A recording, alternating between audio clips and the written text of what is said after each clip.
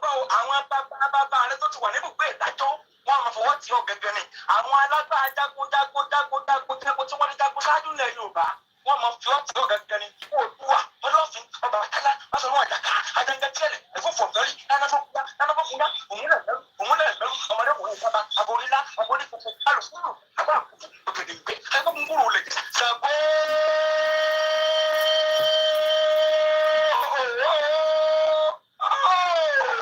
máa gbọ́dọ̀ sẹ́kọ̀ọ́ ọmọdé yẹn mọ́ ń bọ́ ìṣàkó tí mọ́ ògùn lẹ̀yà wáyé náà ọmọdé yẹn mọ́ ìgbówó sáńpolo sí pẹ̀tùpẹ̀tù tiẹ̀ ṣe ọ̀gbárùkù alárùkù lọ́nùgbòlò rẹ̀ ìjọ ògùn lẹ̀yà ọ̀sẹ̀ pẹ̀yẹ́rìn kẹ́ni ẹ̀ máa ń dè bàbá rẹ̀ lọ òrùkàtàrí gbàgbà kẹ́ni ẹ̀ máa ń dè bàbá rẹ̀ lọ alárùkù parúmọ́ Sunday ọmọdé yẹn mọ́ ní oṣù olùkọ́ ní gbangba Sunday ọmọdé yẹn mọ́ ó ti di gbogbo ọdún ó ti wà lókè yẹn ní ẹ bá ní ọjà kọ́kọ́ máa gbọ́ o tó orí má bẹ̀rù ọ̀tẹ̀ mọ́ orí ní gbogbo fùrùfùrù labalábá tí wọ́n ń dìbò lẹ́nu Sunday ọmọdé yẹn mọ́ Ìgbòho sà orí bí wọ́n ti ń wọṣọ àkísà máa gbọ́ o jẹ́ gbogbo ọmọ Yorùbá àtàtà tó máa lóye àkọ́dà yìí ọgbọ́n ọmọdé yẹn mọ́ ní dáàbòwọ́tì àti yìí bèbí tó lápẹ̀rẹ̀ ẹ̀dá àkọ́ tẹ́lẹ̀ èmi tún ẹ̀wọ̀ òdù mi kò lè gbé wa dé kankan pa àkọ́dà yìí ọgbọ́n ẹ̀dá àkọ́ ọ̀pọ̀ ká bí ẹni tó ń wọ́n fi sẹ́ni lárugẹ ni ẹ máa gbọ́ òní bó ń ṣe wọ́n lọ fọ́nrán òní ni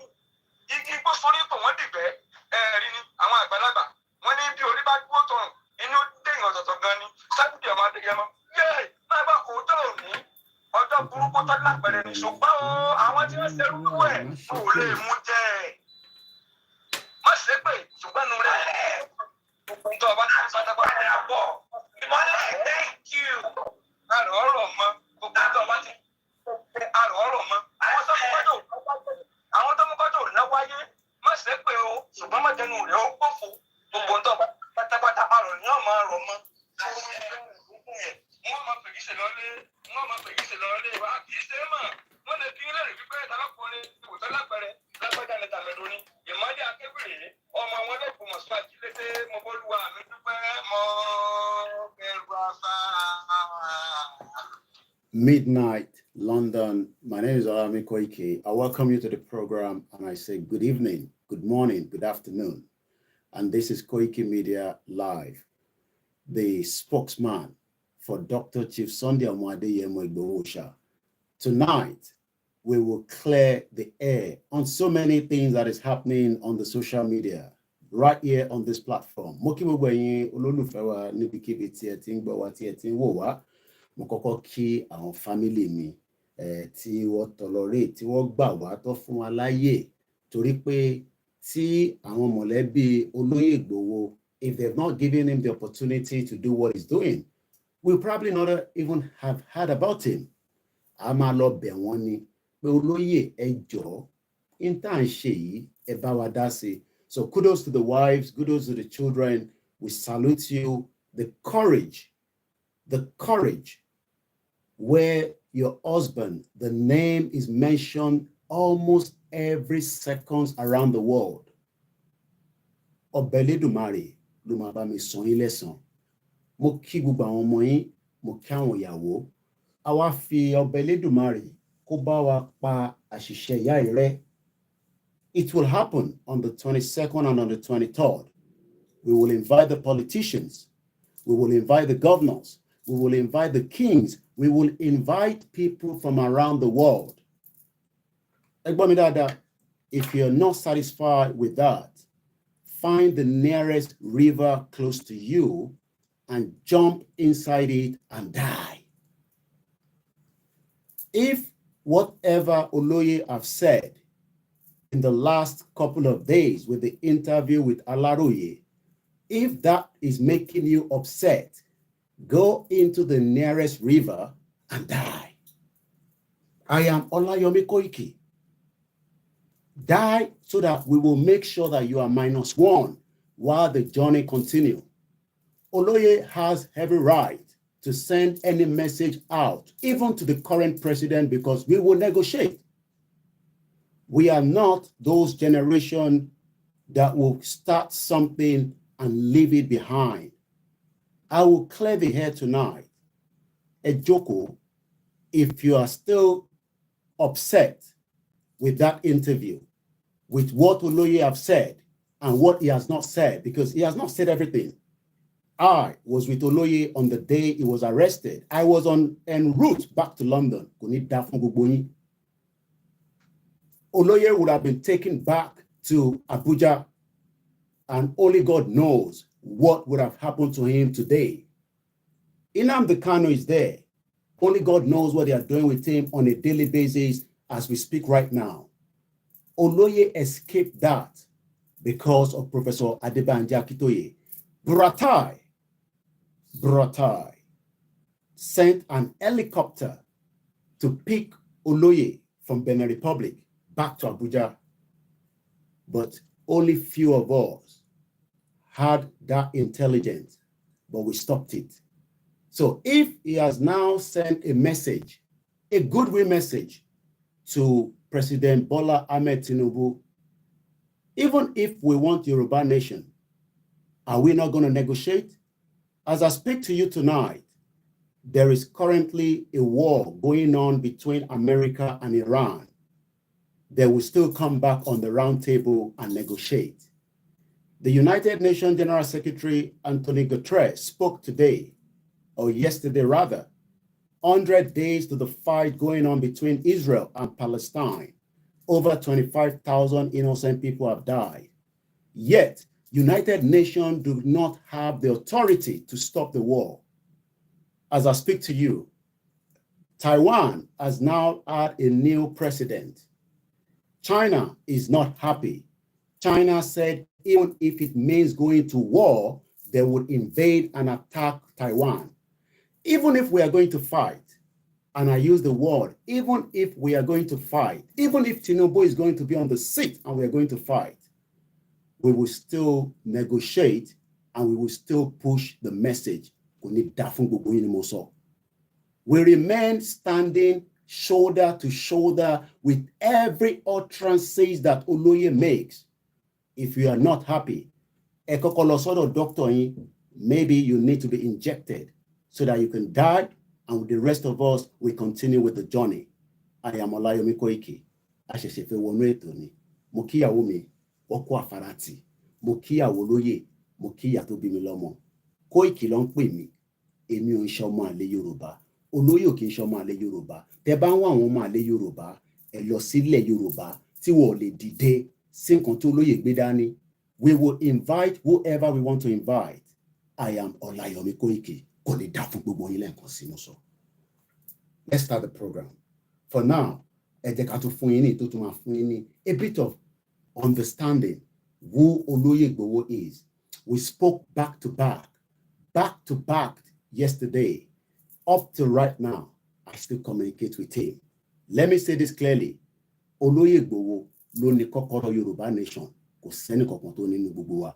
Tó bá wá sọ pé kò tẹ́ lọ́rùn, ṣèbẹ́pọ̀ méjì ni wọ́n náà níbi tó lóye. Gbé ẹkùn ẹ lọ sílẹ̀ Yorùbá kó lọ máa ṣe tó lóye ti ṣe látọdún mẹ́ta. Ìwọ tó bá wá jọ́bìnrin tó bá ní àyè ẹ̀, right? Pé ọkọ ẹ, pé àwọn ọmọ ẹ kó lọ ṣe tó lóye ti ṣe. He has sacrificed and he remained loyal to the Yoruba people. Like I said, mo ti sọ tẹ́lẹ̀ gbà tó yẹ pé ẹ kì í gbọ́ràn. Mo ní olóyè máa fún Tinubu ní ọ̀wọ̀ tiẹ̀. Tinubu náà máa fún ní ọ̀wọ̀ tiẹ̀ padà. You will never heard or you will never hear from me the discussion, the conversation between three people. Myself, the late Aláàfin of Ọ̀yọ́, and Olóyè Igwe on Bola Tinubu. Èmi ò ní sọ yẹn síta lórí social media. It is not something for the public. But like I said, Buhari expected Aláàfin to arrest Igwe in the palace. I said it before, I'm speaking in English because I'm communicating with everyone right now. Whether you are from the northern part of Nigeria, whether you are Biafra, whether you are Igbo, we are not joking. Yoruba nation cannot be compared to any platform. We are Yoruba people.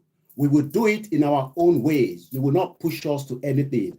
Tó bá wọn olóyè lọ́la kó tún jáde kó kú Tinubu. Tó bá tẹ́yìn lọ́rùn, ẹ lọ sí the nearest bridge, kẹ́ lọ kú. Buhari wanted to arrest him in the palace. Ikú bàbá yìí ni láyé ogun máa wọlé Yorùbá ni. Wọ́n mọ tó ń pè ní olóyè, but ọ̀pọ̀lọpọ̀ yín ẹ̀ ń rí lórí social media because ó gbé rẹ̀ sílẹ̀ fún gbogbo wa. Ẹ wá rò pọ̀ mọ́ kékeré ni. Brain calculator ni. Mò ń bọ̀ ní Nàìjíríà ní next month. Ẹni máa kú ni kó kú, ẹni máa yè ni kó yè ní gbogbo yín. Èmi àtolóyè à ń bọ̀ ní next month. Ìyẹn lẹ fi gbọ́. We will be in Nigeria next month. Prepare for us for the burial. Koiki ló sọ̀rọ̀. Mo ní àṣẹ̀ṣẹ̀ mẹ́yẹ̀ bọ̀ lápò ni. Once again, a very good morning. Share the program. Ẹ lọ invite àwọn ọmọ àlè Yorùbá wá kó wá gbọ́rọ̀. Ẹ fi gbọ́rọ̀ ni. Àdẹ fún yín lọ́rọ̀ yẹn. Let me say it again. Àwa là ní kọ́kọ́rọ́ Yorùbá nation. Tó bá ń dúró da Fẹ́nifẹ́re, they are late. They've done their own. Their time is gone. Tó bá ń dúró de Tinubu, kò ní ever fún yín ní Yorùbá nation. But that does not mean we cannot send greetings to him. We will negotiate, even if we go to war with Nigeria.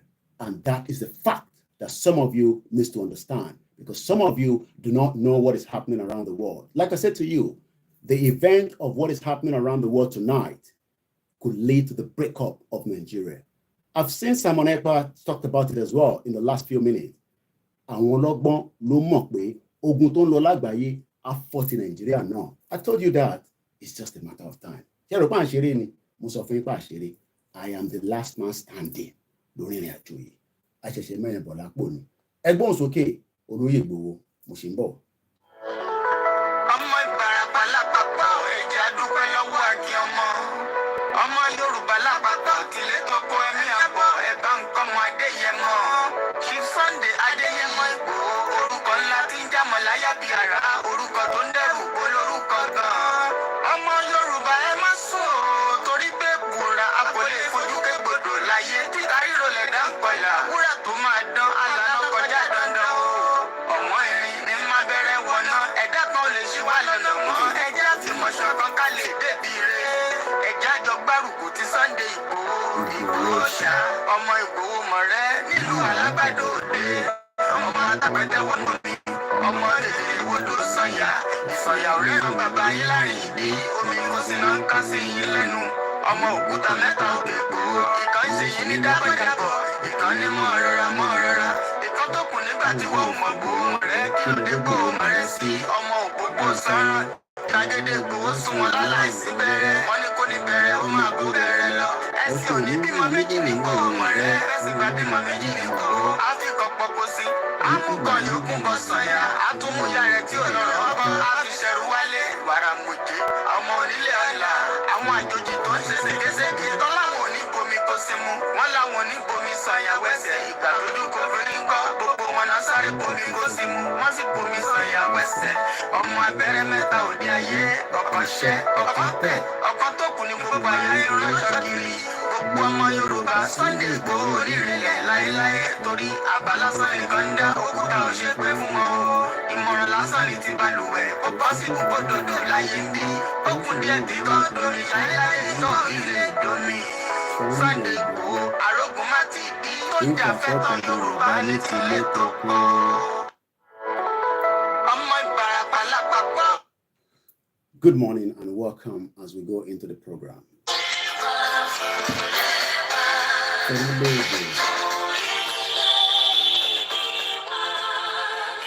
Kabega, kabega, kabega, family.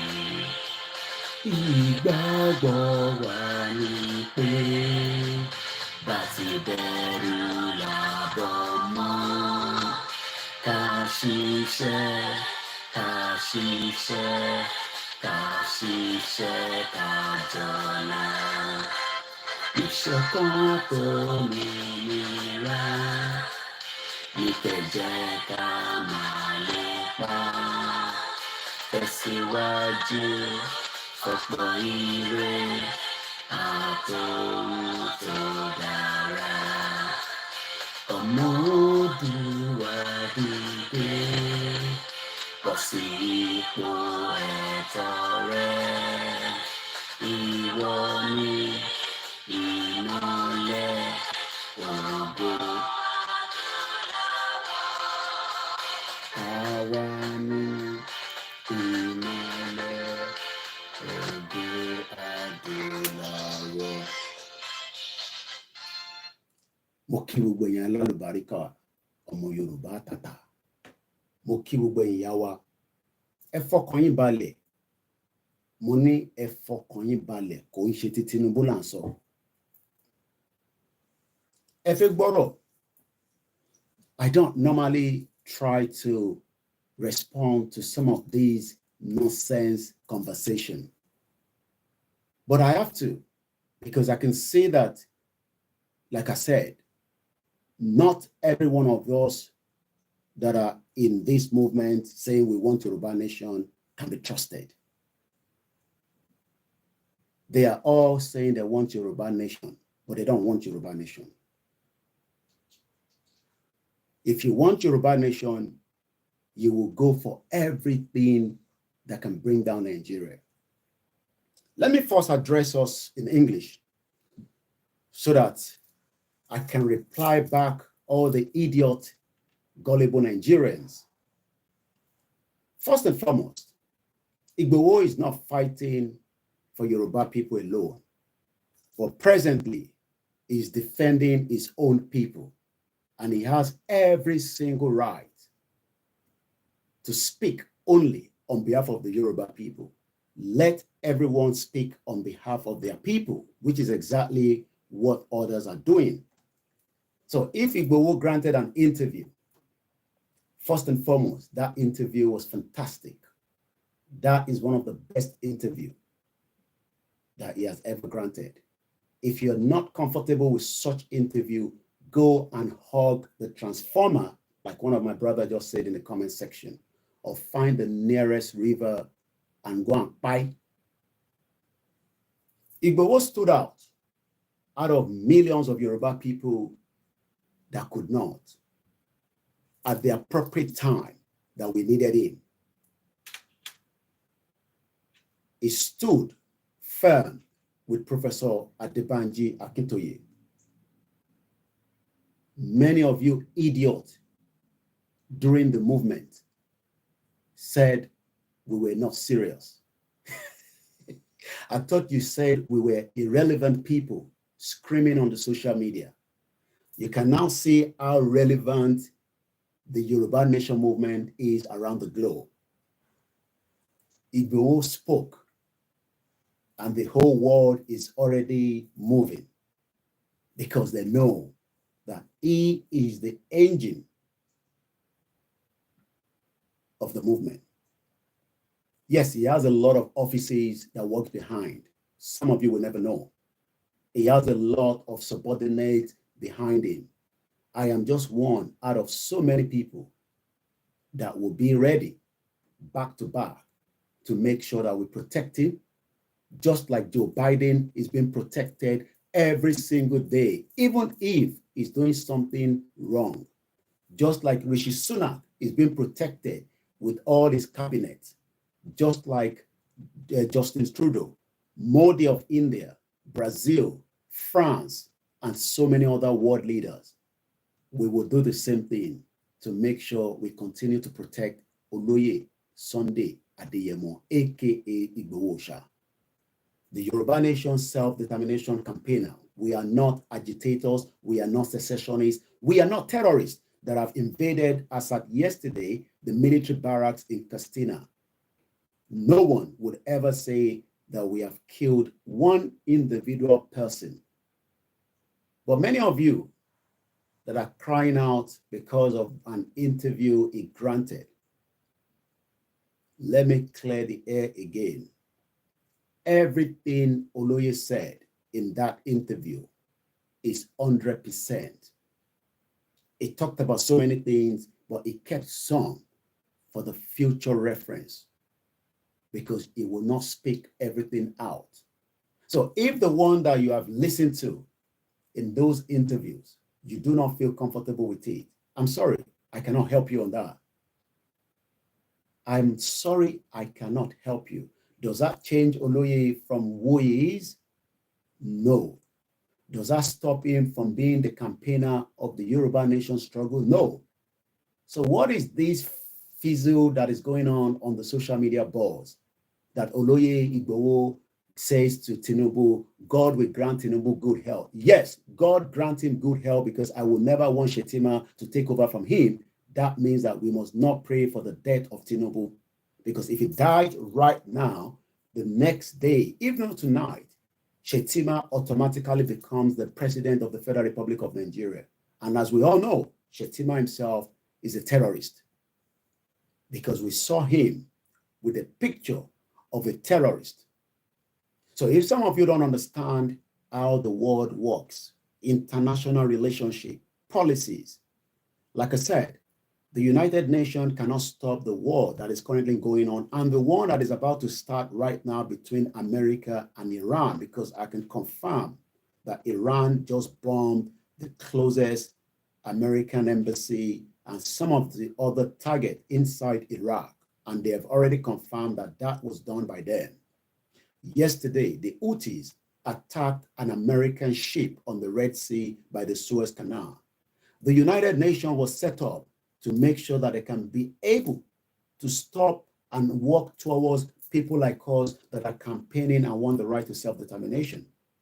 But they're not going to do that because United Nations is being sponsored by America. So that literally means that America is the stakeholder and they will not listen to United Nations. As I speak to you right now, United Nations is just a body.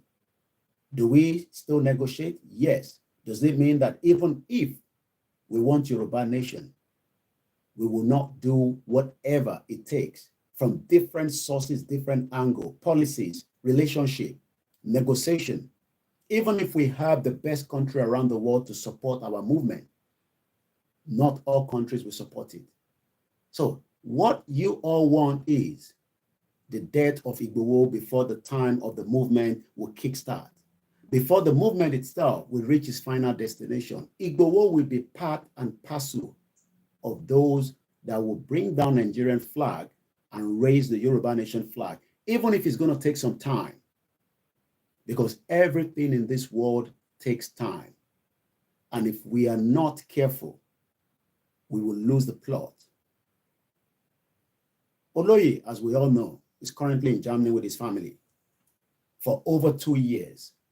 While I was sleeping with my wife in the house and you were doing the same thing, Oloye was locked up in Benin Republic. He was unable to move an inch from Benin Republic. He's now giving an account of what happened and how he was stopped from traveling. Some of you idiots, the next day, Oloye was picked up in Benin Republic. Even went further to say that he was traveling with a fake passport. Idiot all over the place. What you think we're doing is a movie so that I come on the air and I start giving you all the details. We don't do that because Joe Biden is not giving me all the details of their next plan to what they're going to do with the attack that just occurred between Iraq and Iran to their own embassy or whatever their consulate that was attacked last night. Rishi Sunak does not tell me when he's traveling to Ukraine until his picture pops up on the screen that the Prime Minister is in Ukraine. So don't expect everything from Oloye. And as we have all said before, Oloye is fighting for the Yoruba people. Let the other region fight for themselves, because at the end of the day, everybody can see that the shithole country called Nigeria is not working. While we are shouting Yoruba nation, idiot Nigerians are all over the screen shouting for election. You have not done the election. So what do you want Oloye to do? Oh, to tell the Supreme Court, which has already even confirmed Tinubu as the president, to stop Tinubu being the president. What do you want him to do? Oh, you want him to go into the Aso Rock and then bomb the Aso Rock. Oh, you want him to do what? What exactly do you want him to do?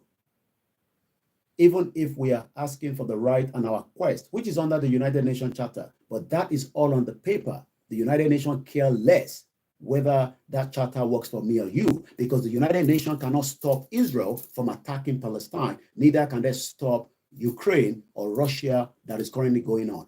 They cannot even stop the Sudan war that is going on. All these are also proxies. We know that Tinubu himself is a proxy, but yet, what do you want Oloye to do? Oh, you want Oloye to say to Tinubu that I am coming and I'll be coming to attack you.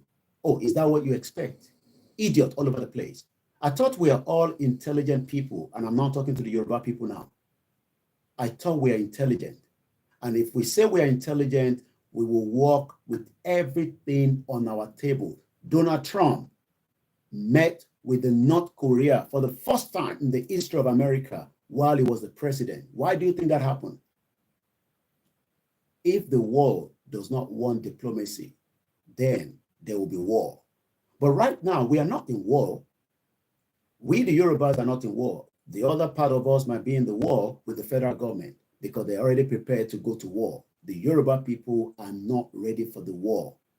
What we are doing right now is exactly what we should be doing. We are on the right track. And from some of you idiots that keep coming out and saying that we have been sold out. Well, if you have been sold out, you might as well come out and do it yourself. Many of you cannot sit behind the screen while some of us are out there on the field. Oloye was on the field. While he was on the field, many of you were sitting in your house. You could not even make it down to the nearest rally outside in different regions around the world. While Oloye was in the field, moving from one point to the other, some of you would not even have the guts to come down to Nigeria and follow us in those rallies. Rather, you love it just watching it on the screen because you are probably scared that some kind of gunshot might happen and eventually that will be a crisis. Well, we thank God that throughout all those rallies, not a single bullet was shot at anyone. Oh, yes, we lost few people. And when I say few people, don't come and tell us it's 10, 20. We lost less than 5 people that died during all the rallies. Yeah, less than 5 people. And I can count them. We lost only one last year. We lost one, which was the government fault in Lagos State, Jumoke Oyeleke. That makes it 2. Tell me the next one that people died. Because some of you idiot, every now and then you're coming out to say, oh, many people have died in this movement. Give me the list of those that have died. Idiot all over the place. I have all the list of people that have died. Some died naturally. 25,000 innocent Palestinians have died from the war that Israel took to them. Have we lost up to that? In 100 days, Israel have killed 25,000 innocent people. In 100 days. The United Nations General Secretary Antonio Guterres was speaking at the UN headquarters in New York yesterday. Tell me now, how many people have died during the Yoruba Nation movement, and how many people died when the shithole Buhari was there, when we lost over 30,000 Yoruba people in 8 years of Buhari's government? So who is fighting the war among each other? Are we the one fighting the war with the government, or is it the government that is fighting us? Tinubu is the new president. And even your worst enemy, you will still fine-tune how you can see if there might be a way out to crack the code. What we are doing right now, we're finding a way to crack the code. But some of you think that MI5 will tell me how they cracked the code when they were merging Nigeria together. The key to what led to the amalgamation of Nigeria remain in that building in Parliament, which is about an hour away from me. They have the key. They refuse to let the key out of the cart. That means that we will continue to find every means to crack that code so that we can break away from the 1914 shithole amalgamation by the British colonial rulers during that time. They have the code. How many of you have the code? Come and tell us how we're going to get the country that we're asking for if we do not put everything in the front. You come and tell us. Idiot all over the place. Oh, you can sit down in your own little comfort zone because of the $20, $100, 200 pounds that you're sending to Igwe, and you think you can tell him and control him. Why not come down when he was in Benin Republic? How many of you flew to Benin Republic just to go and see him after he was even released into a very comfortable accommodation? My mom traveled to Nigeria, to Benin Republic more than 3 times. Some of those we never revealed to you because it was a coded trip. Idiot all over the place. If you were meant to be going to Nigeria for a party, you will buy a ticket and travel down there. Igwe was in Benin Republic before he traveled around last year. How many of you decided to visit him? How many of you went to travel down to Benin just to go and see him and say, thank you so much for the little you have done. I will take it off from here. It's easy to sit on the screen and be screaming your head off. I flew to Nigeria January precisely 2021, just as the movement was just less than a year old. Because if I say the movement was a year old, then it was just literally by the end of 2019 that this movement literally picked up. And that means it went into 2020, a year after that. And Igwe did not join until he made a call to me when I was talking about Tolulokpe Arotile. He called during the program. He saw the way I was reacting. That means that literally we were towards the end of the year. If I remember when Tolulokpe died, that was when Igwe and myself became the spirit that marched together. Not that Igwe did not know that the country that he was also part of the political system was not working. He knew, but he was using his own to make sure that nobody was suppressed. You can go back and ask Igbo's record, even while he was a member or part of the political system in that shito country, Nigeria. He never wanted anybody to be used. And that was what makes him different. And he came out and he said, this Amala and Begiri politics is no longer working. Let us find another solution to it. This is how he became the enemies to the same people that he worked with and he served. They never loved that. And they knew that Igwe was someone highly, highly intelligent than many of you PhD, stupid older, that you sit down around the world and you're trying to say that you can now try and control Igwe. Igwe did not just lose his influence with the political system in Nigeria.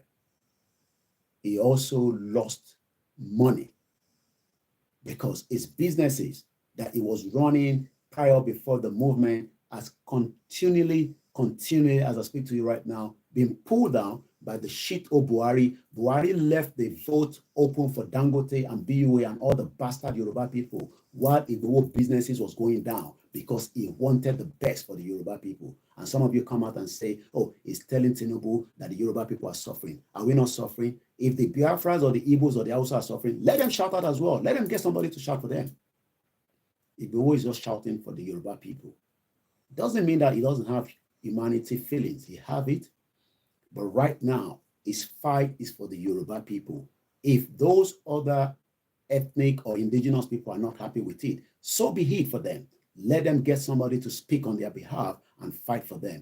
When Nnamdi Kanu was fighting for them, all these bastards, now that Simon Ekpa has picked it up, they are fighting Simon Ekpa. They are saying that Simon Ekpa is an agent to the federal government, rather than them pull hand together with Simon and then they can pull down Nigeria. Rather, they went all idiots and they are now coming all over the social media shouting that Igwe is now Tinubu boy, Igwe bastard you all. Rather, they went and followed Peter Obi. Peter Obi that works for the British government is a British agent. He came to London just after he left the Downing Street. Only God knows what they told him. He came out and he said he wanted to be the president of the Federal Republic of Nigeria. He knew you can never be president. All the Biafrans left Nnamdi Kanu in the cell and they run for Peter Obi and they are now crying their head for Sunday Igboho ni dafun gbogbo yin ni mo sọ ẹni ṣoríire bomb bastards. I don't care about the others. My concern is for the Yoruba people. Màá sì sọ Yorùbá, mo kọ́kọ́ fẹ́ kí English pọ̀ nínú ẹ̀ dáadáa tí mo fẹ́ rán àròkọ sí gbogbo wọn pátápátá. Let me say it again. We will continue to say to Tinubu that we want Yoruba nation. There is no negotiation in that. Does that mean that we will not say thank you to him if we have to at some point? If we think that we don't have to say thank you, we don't have to. But no one will control the narrative more than us.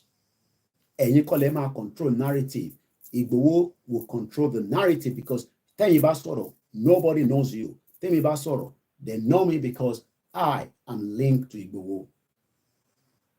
Even though I've been on air prior before Chief came in, but his coming in was a bonus for some of us. And as it continued to be a bonus for some of us, some of you idiots that nobody even knows in London, not to talk about America, not to talk about Nigeria, you were all known because Igbo came into the movement. So if you're sitting on the screen, and you are now thinking that you can rubbish Igbo from wherever you are, whether you are sending a voice note, whether you're writing in a group, whether you're, nobody knows you. Nobody knows any single one of you. The only 3 people known around the world as of today is Oloye Dr. Sunday Igboho, Mazi Nnamdi Kanu, and Simon Ekpa. Those are the 3 that the international community continue to give the reckoning. And I don't have to go into all the details because not all details is for public consumption. Idiot. We had a meeting with Nnamdi Kanu prior before he was kidnapped. I've said it so many times. And until I speak with him again in a video conference call like we did with myself and Oloye Igboho, we will continue to stick to that relationship with the Biafra vice Simon Ekpa. That is on that. But for anybody to now think that because Igwe said, and I quote, God will grant Tinubu good health. Okay, so should we continue to say God should not grant him good health so that he can die right now and then it becomes like Yaradua and Jonathan takes over? But it will be a reverse with Shetima. That is not going to happen. Tinubu will live until whatever is going to happen in Nigeria will happen. Oh, because he says that, Tinubu will turn around Nigeria. Oh, do you think that Tinubu can turn Nigeria around? Do you think, all you that are pointing finger now, do you think that Tinubu himself can turn Nigeria around? I'm sure some of you knows that it can never happen. We all know that. As I speak to you tonight, the inflation in Nigeria is 28%. 28%, 60% of Nigerians do not have jobs. 60%. That means they're waking up on a daily basis without no job. How is he going to turn Nigeria around? Oh, is he going to go to Mommy Water? Is he going to go to America and request for billions of dollars so that they can pump it into that shithole economy that is dead on arrival? How is he going to turn it around? So Igbo saying that Tinubu will turn Nigeria around. The question is how? When Nigerians are now paying terrorists by raising money through whatever means so that they can take 60 million into the terrorist camp in the same Nigeria that Tinubu is still the president. We thought Tinubu would not be as Buhari, but again, it's almost the same thing like Buhari because he said, and I quote, that I will continue from where Buhari stopped. And we now know where Buhari stopped and we know where Tinubu is going. Is it not a government that has been there for 8 months? Have we not all seen the shenanigans that is going on in that shit-hole cycle? So if Igbo says that, what is the Scottish people, right yesterday, right in the parliament, I told you I am your international correspondent. They were questioning Rishi Sunak about the attack on the Houthis in the last couple of days. The leader of the Scottish nationalists spoke. They are not happy because they are concerned that that would trigger more problem. And that is exactly what has happened because yesterday, the same Houthis have attacked American ship. Maybe tonight, America is going to attack more. Iran has attacked Iraq. American consulate. So that region is very, very tough. What am I trying to derive from there? What many of you do not understand is there will be different ways that even if Igbo will send a message to Tinubu, the Scottish people have electricity, they have water, they have welfare. They will not come to Nigeria and study, as so many of you excited. Some Americans came to Nigeria some years ago, to study Nigeria, and they are now doing reunion. Do you think the next set of Americans will come and study in any of the shit-hole university where you are getting a 4-year course under 4 months with fake certificate? Even we know that Tinubu himself has a fake certificate. Nobody even have a record of Tinubu. Does that mean that if Igbo says God gave him a good health and let him turn Nigeria around, how is he going to turn Nigeria around if he's not going to sell Nigeria to the Lebanese and the rest of the Western colonial power? That is what he's going to do. Oh, you want Igbo to start saying that Tinubu should die yesterday, he should die tomorrow. Oh, that is what you're expecting. You are all idiots. You are all buffoons. And some of you that keep coming up and say that, oh, Igbo, is a freedom fighter that have run away. You are bastard. When was the last time when we were on the ground that you came right there that I did not see you? Show me the picture. Idiot all over the place. When was the last time you came? We had rallies in London. Some of you cannot even come to the rally in London yet. They held rally in America. Some of you could not even leave the time. You are not even traveling to Nigeria. You could not even make it to the rally ground. We could not get 20,000 Yoruba people to attend a rally in London. 20,000 we couldn't get. But I can tell you, when 25,000 Yoruba people are killed, which is going to happen because there will be a war. Whether it's going to happen now in the next 3 years, 8 years, I don't know. But there will be a war. If 25,000 people are killed, like we saw in Palestine, 1 million British people will come out on our behalf, and that would disgrace all you bastard Yoruba people that couldn't come out when we were all crying that they were holding Igbo in the custody. Many of you could not come out. Elderly Yoruba people were coming out. Many Yoruba people live in this country, in UK.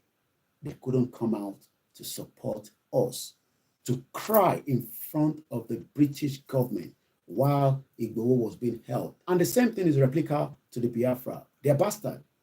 Many of them were coming out every day, while some of them could not be bothered. They sit down in their comfortable room, and they're now coming out to say that, thanks so much, Kunle Baker, my brother. And they're now coming out to say, oh, Igbo is a freedom fighter that has run away. We are not going to talk too much. You expect me to come out and give you the next plan, the one that we gave every one of you, you have now taken it to Luri Burukudu Bonitiri. I remember a call prior before the whole movement was destroyed by Odoshi woman here. We had a conference call, myself, Igbo, and some few people. While we were talking in that meeting, we did not know that some of them are no longer part of us. Let me say this clearly again. If you like, give me 2,000 pounds. If you like, don't give me any money. I only trust myself, Igbo, Babakitoye, my mom, and my family. I do not trust anybody. I'm sorry to say that, because we don't know who you are. I don't even know who you are working for. I know what Igbo is working for. I slept in his house. I slept in his bedroom. I was with him for 6 months. I told Igbo that we should move faster than that. But Igbo is an intelligent man. Now I realize why he was telling me what I was telling him. I traveled to Nigeria because I wanted to make sure that we push some things in. But Igbo said no. Sat me down, told me this and that. Now I realize that it was for the best interest. Because I realized that Yoruba people were not ready. We are ready, but halfway we are not ready. If we are ready, you will go and listen to Duponitiri and Yoluri Bruku. Duponitiri that none of you have seen physically. You will go there and be listening to Ijile. Ijile that doesn't have the papers to live in Turkey. Ijile that cannot travel to do a rally in Turkey. Even before Duponitiri came, Ijile never make any rally in Turkey. And bastard Yoruba people could need dafu gbogbo anymore, so any shoriri. And you are go and sit with Duponitiri, and then you are saying that you have a country when Igbo was on the field on a daily basis. Let me say this clearly. The movement is still alive. We will bury the mother, and then we will decide what is next. If you are in a haste and you don't know where we are taking you, I beg you, start your own movement. At least we have people that say they've got a Yoruba Nation country on the social media. Idiots, bastards. They say they have Yoruba Nation country. You can also start your own. That will not stop us from all coming later on in the front. If you think that they have a country, let them have a country. A country where President Bola Tinubu is the president. A country where there's still the Nigerian security. A country where there's the Nigerian military. A country where people are still running on a daily basis in the same economy that is not yet a Yoruba economy. Even the Biafras have not fully come out to say they have a full declaration, even though they've set up a lot of formation. They've set up their own system. We cannot run the same system with the Biafra. The Biafra is different from the Yoruba. The Yorubas will run it the way we want under the leadership of Professor Banji Akintoye. If you are not comfortable with Professor Banji Akintoye, sniper, because at the end of the day, most of you cannot even do what he's doing.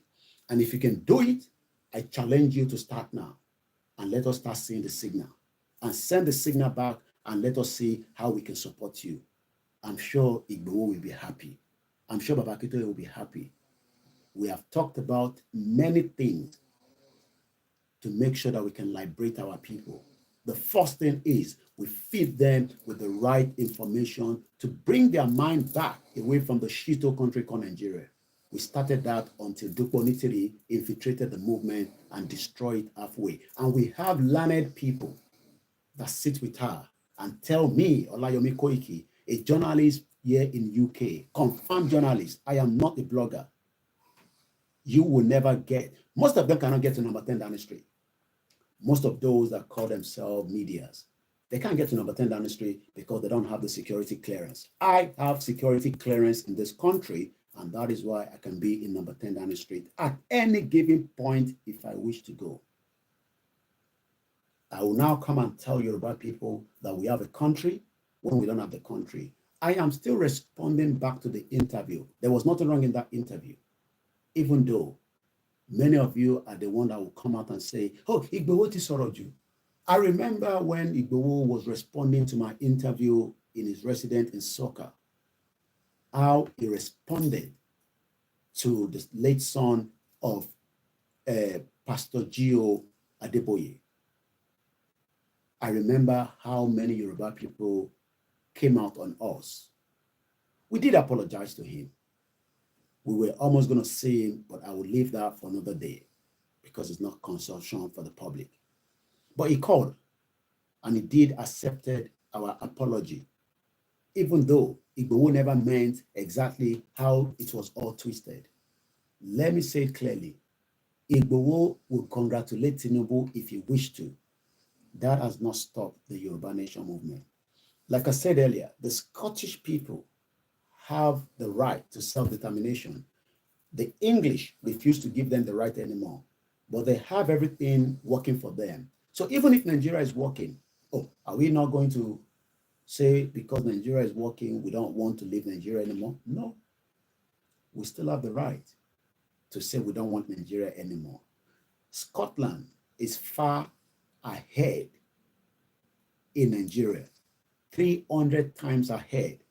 But the Scottish people are not excited being part of the union that started in 1700. Why do you think they want to break away from England or the union called Great Britain? Because they don't want to be known as that anymore. They want to have their own self-independent country. So even if Tinubu turns around Nigeria, the next president comes in and then what happened? It destroyed the northern part of Nigeria, destroy Nigeria, Yoruba destroy Nigeria, Igbo destroy Nigeria, every ethnic group destroy Nigeria. Because that is what the British government wanted, a foundation that we will kill each other, we will have hatred on each other, and we are saying that that is no longer working. So let me say it again.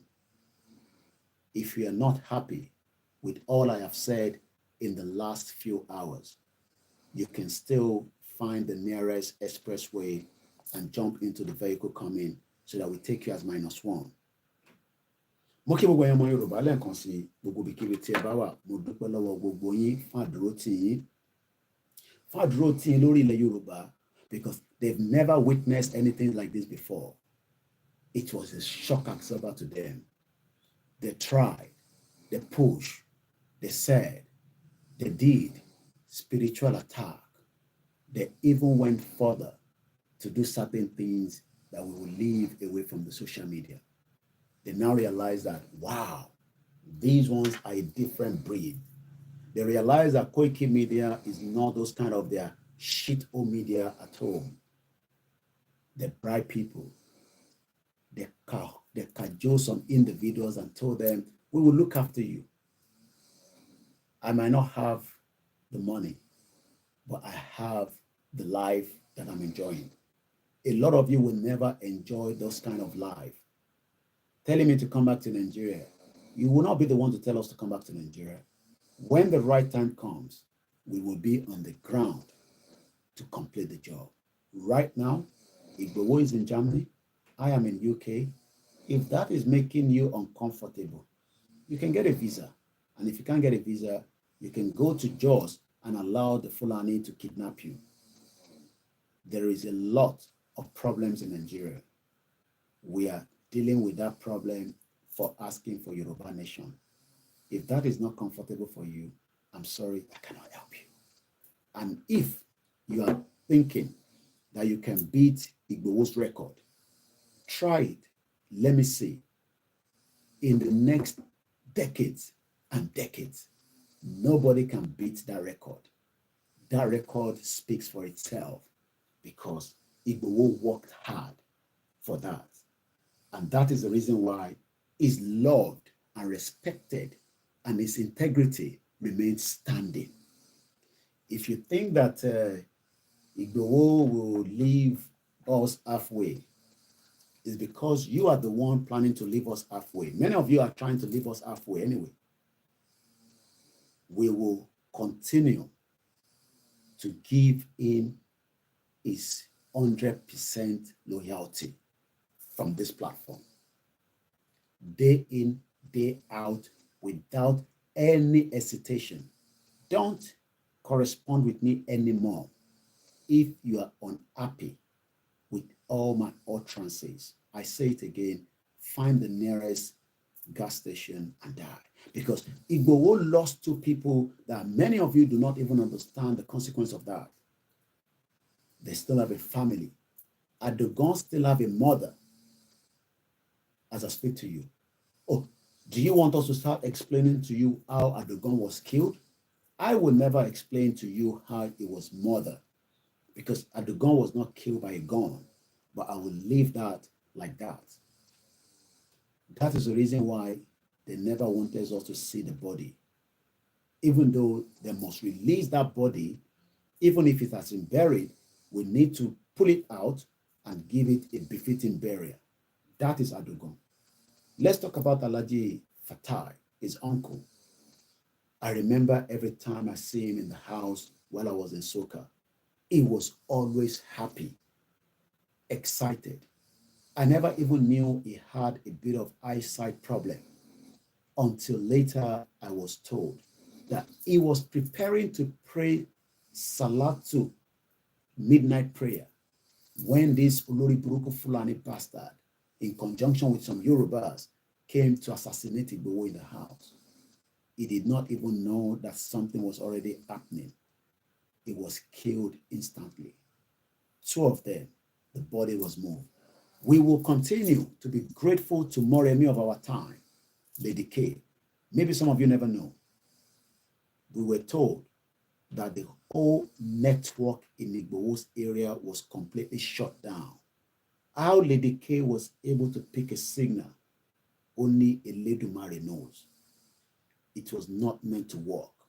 No signal was meant to come out from Igbo's house. But because Igbo's house is protected, not because he's a spiritual man, not because he has any voodoo, it's because the gods of the Yoruba land was in that premises. I told him so many times, let us move this vehicle out of this area, because we were getting signal that that house would be bombed from upstairs. They would drop something from the helicopter. That intelligence was right.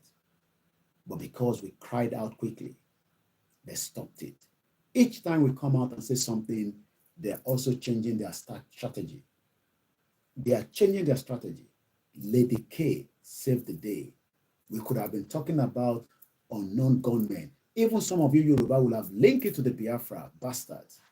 They will have linked it to the Biafra. They will have said that it is Biafra that came to attack Igbo's house, just like it is the Biafra that went to attack the late Funmilayo Ramson Kute's house with the unknown soldier that Obasanjo sent there.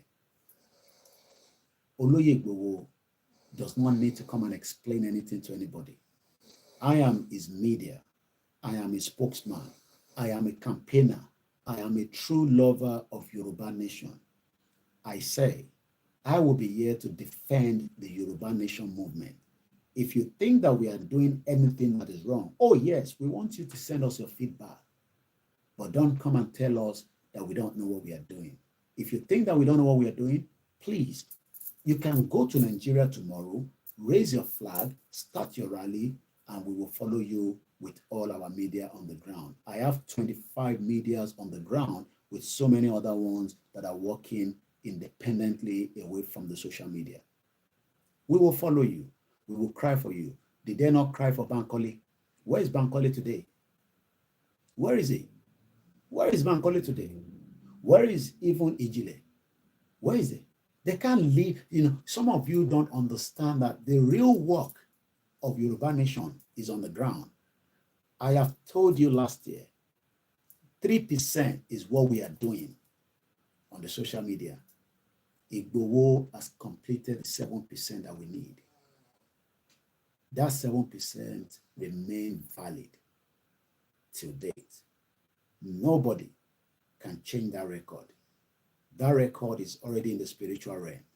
It is entirely up to us now to work towards the pull down of Nigeria, just like Kayode Mola said in the last couple of days, with the things that are developing around the world. It could take 3 years, it could take 4 years. We must just be prepared and be ready. That does not stop us from whatever we want to do because Tinubu is there. Tinubu is the president of Nigeria. Tinubu is not the president of Yoruba nation. Tinubu is not the president of Yoruba nation. He is the president of the Federal Republic of Nigeria. And as we speak tonight, Nigeria is still a country. Nobody can deny that. You can tell that you are not a Nigerian. Yes, that is subject to if you have a different passport. You are a national of another country. If you are not a national of another country and you carry indefinite stay, you carry a resident, I'm not even talking about those at home. I'm talking to the diaspora because not all diaspora have foreign passport. Some of them, their passport is the BRP. That means you are just given, you are given, a timeline to live in that country, either through a process until you get to another process where you become the national of that country. That means we are still Nigerians. We might not want to use the word Nigerian because we're not happy with it, but the country called Nigeria is still in existence. But do you know that Taiwan claimed to be a country, but yet they don't have any United Nations endorsement to that? As the China continue to say that if any country around the world, even though UK, America, and I guess another 2 countries have already congratulated the current Prime Minister of Taiwan, they are saying categorically that should anybody around the world interfere with Taiwan, they will come after them. China is ready to go to war with Taiwan. That shows that even though we want Yoruba nation, but the Yoruba nation is not yet with us, we are still campaigning and we are praying to the gods of the Yoruba land and the gods of whatever religion we carry, because we, the Yoruba people, we are not just in our own tradition. We also have Christians and Muslims that have lived thousands of years together without any problem. We continue to pray that these will make things easy, but the fight, the quest will be on the ground. Not everybody will travel down to Nigeria as at the time when the real campaign will probably kick again. How soon it will kick, we hope it will start soon. But for now, all we can do is exactly what we are doing right now. And we are doing it to our best capability, from the Yoruba World Media, the home-based media, the independent Yoruba medias, and even some that are not medias within the Yoruba campaigns. Everybody's complaining about Nigeria right now. People are crying, from the market women to children. People are being kidnapped. Kidnappers are they're killing innocent Nigerians. That means everybody is looking to find a solution. But while we are still talking like this, Atiku, Peter Obi, and Kwankwaso are planning to merge by Pat Otomi. Pat Otomi, these are part of people that destroy Nigeria. So if you are listening to all those bastards, go and see Atiku with Dele Momodu in Dubai in the last few hours. He doesn't live in Nigeria. All his businesses is in Dubai. And yet, he's already planning for 2027. Atiku has been contesting ever since before MK Abiola in 1993. And yet, he's not tired. that means he has an hidden agenda. So the country is still going on. That means we must continue to push and explain more and more. And that is why we're saying that we need the media. You need the media that is capable to face the heavy load. We are ready. I'm not talking on behalf of any other person now, but I know that other medias are ready as well. And that is why we must find how to crack the code where Nigeria has been kept. The British government knows the code. They will never give us the code. That means what we are doing is puzzle. We move this up, we move that down. Oh, Tinubu is there. What is the game with the West and Tinubu? Okay, we move it up, we move it down. We knew the game between Buhari. We started the movement just as Buhari was, almost leaving office. Some of you say, oh, why Buhari was there? We were doing a lot. How many a lot of you came out while Buhari was there? Because it is easy for you all to say that. But the man that was facing the heavy load, this is how Buhari got to know him.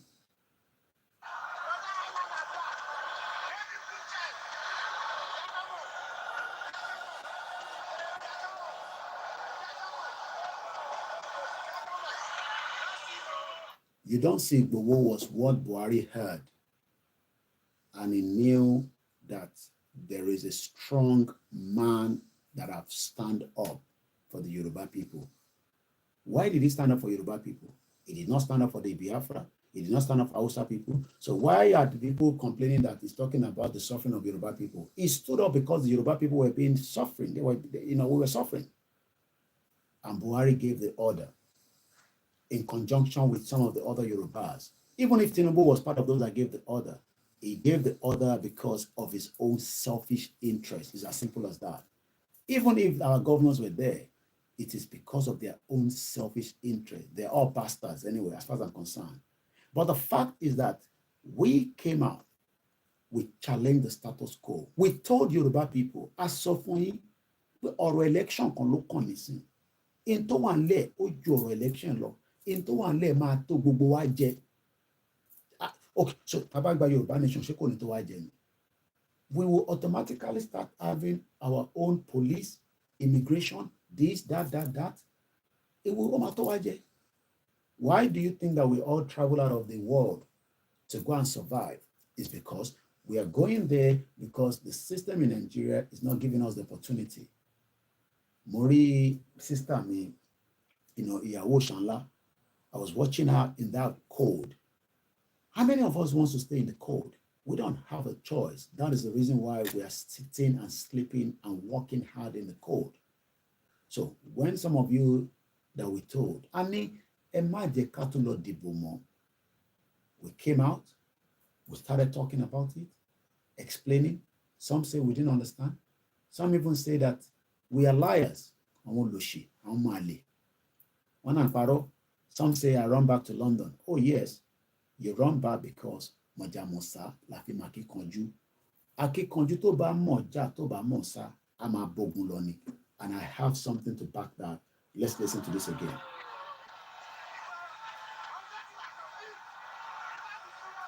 He wasn't confused. He could just feel the love that the Yoruba people were ready. That same night, Olori Buruku Fulani went to Igogon. I need to enter any video and about me send it. I need to be playing that video again continuously as well. If any of the Koikimedia team are listening to me, I need that video, as quickly as possible. That same night, as the rally was ending, we did not buy pure water for anybody. We did not give anybody guguru like the politicians will do. It was organic. They've never seen anything of such before. They were shocked. They were asking questions. Talo, she they didn't know. It's because the Yoruba people were already tired, but they didn't have somebody to lead the movement. Eventually, Igwe became the hero of our time. That led to the northern part of Nigeria to feel concern. Bola Tinubu took advantage of that. He used that to negotiate himself with the North. You can go and ask him. He knew that what we had in our hand was the final straw to the breakup of Nigeria. Whether he gave or participate in the assassination of Igbo's life, I don't have the clear evidence, but I won't be surprised that he's not aware. And if he's not aware, the question then is, who is aware of such atrocity on the life of Igbo? I've told you before, and I still stand with my word. Obalemeji Yoruba, one gave the go-ahead for Igbo to be killed, while one say, "One Ipalojumi." I will leave that for the future. Igbo will not die now. We will stay with him. We will stay with his family because we pull him to this. He did not pull himself alone. We were the ones that say, we are ready, and we pull him. We told Gani Adams we were ready. He ran away. Till date now, nobody's talking about Gani Adams. Even Enitoma Pashe from Gani Adams isn't not Wajabai. Not that he's not ready, but he actually pulled back. Kilo de Gani Adams pulled back. To wá jẹ́ pé Ìgbòho nìkan kọ́ ni akíkanjú ọmọ Yorùbá tó ń bẹ nílé, àwọn tó le ju Ìgbòho lọ wà. Gbogbo wọn dákẹ́ wọn wò. Òun wá gbé ara síta, ó gbé gbogbo ẹ̀ síta. Ẹ wá ní ẹ fẹ́ pa, ẹ wá náà ń sọ̀rọ̀. Ṣé kó máa bú Tinubu ni? Ó kó bú Tinubu kẹ́yìn lè máa rẹ́rìn, kẹ́ lè máa satisfy. Ẹ̀yin náà ṣe fídíò. Ẹ bá mi ṣe fídíò gbogbo ẹ̀yin tẹ́ ń sọ̀rọ̀ yẹn. Every single one of you. I want everybody to do a video about Aroko Tinubu. Igbo is doing his best. As at now, as at yesterday, as at the future. And he has given us his words, and he has not changed his words. The interview was nothing more than praising Tinubu, but we are intelligent Yoruba people. I will leave that. Kumaro Lokoyin. And it to Bawali think deep, desale. We gotta take you to Aro, because the ban sorrow, teni awalan sorrow, e no more bo, e wa more bo, tori oloye sorrow, e le digeste, code kan wa to wa lowo UK, tani o wa lowo e gongon nisin. Why is the UK not giving us the code? The UK has the power to tell Nigeria that enough is enough after 100 years. They refuse to do that. That means we all have to find a solution to the code. Listen to this. This is who we are. This is the late Alaafin Ikuba Bayeye.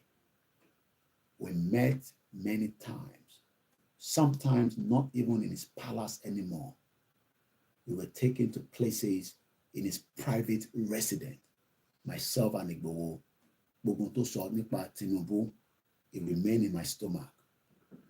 But the question is, if Tinubu have the will, it's entirely up to him. If he doesn't have the will, he has sold us to the North. But I have said it. Do I trust Tinubu? No. I don't trust him. And I don't believe he has anything to offer. So if Oloye say Tinubu will fix Nigeria, let him fix Nigeria. I'm coming. Let me turn this heater off because Ora Milara there. Mumbo.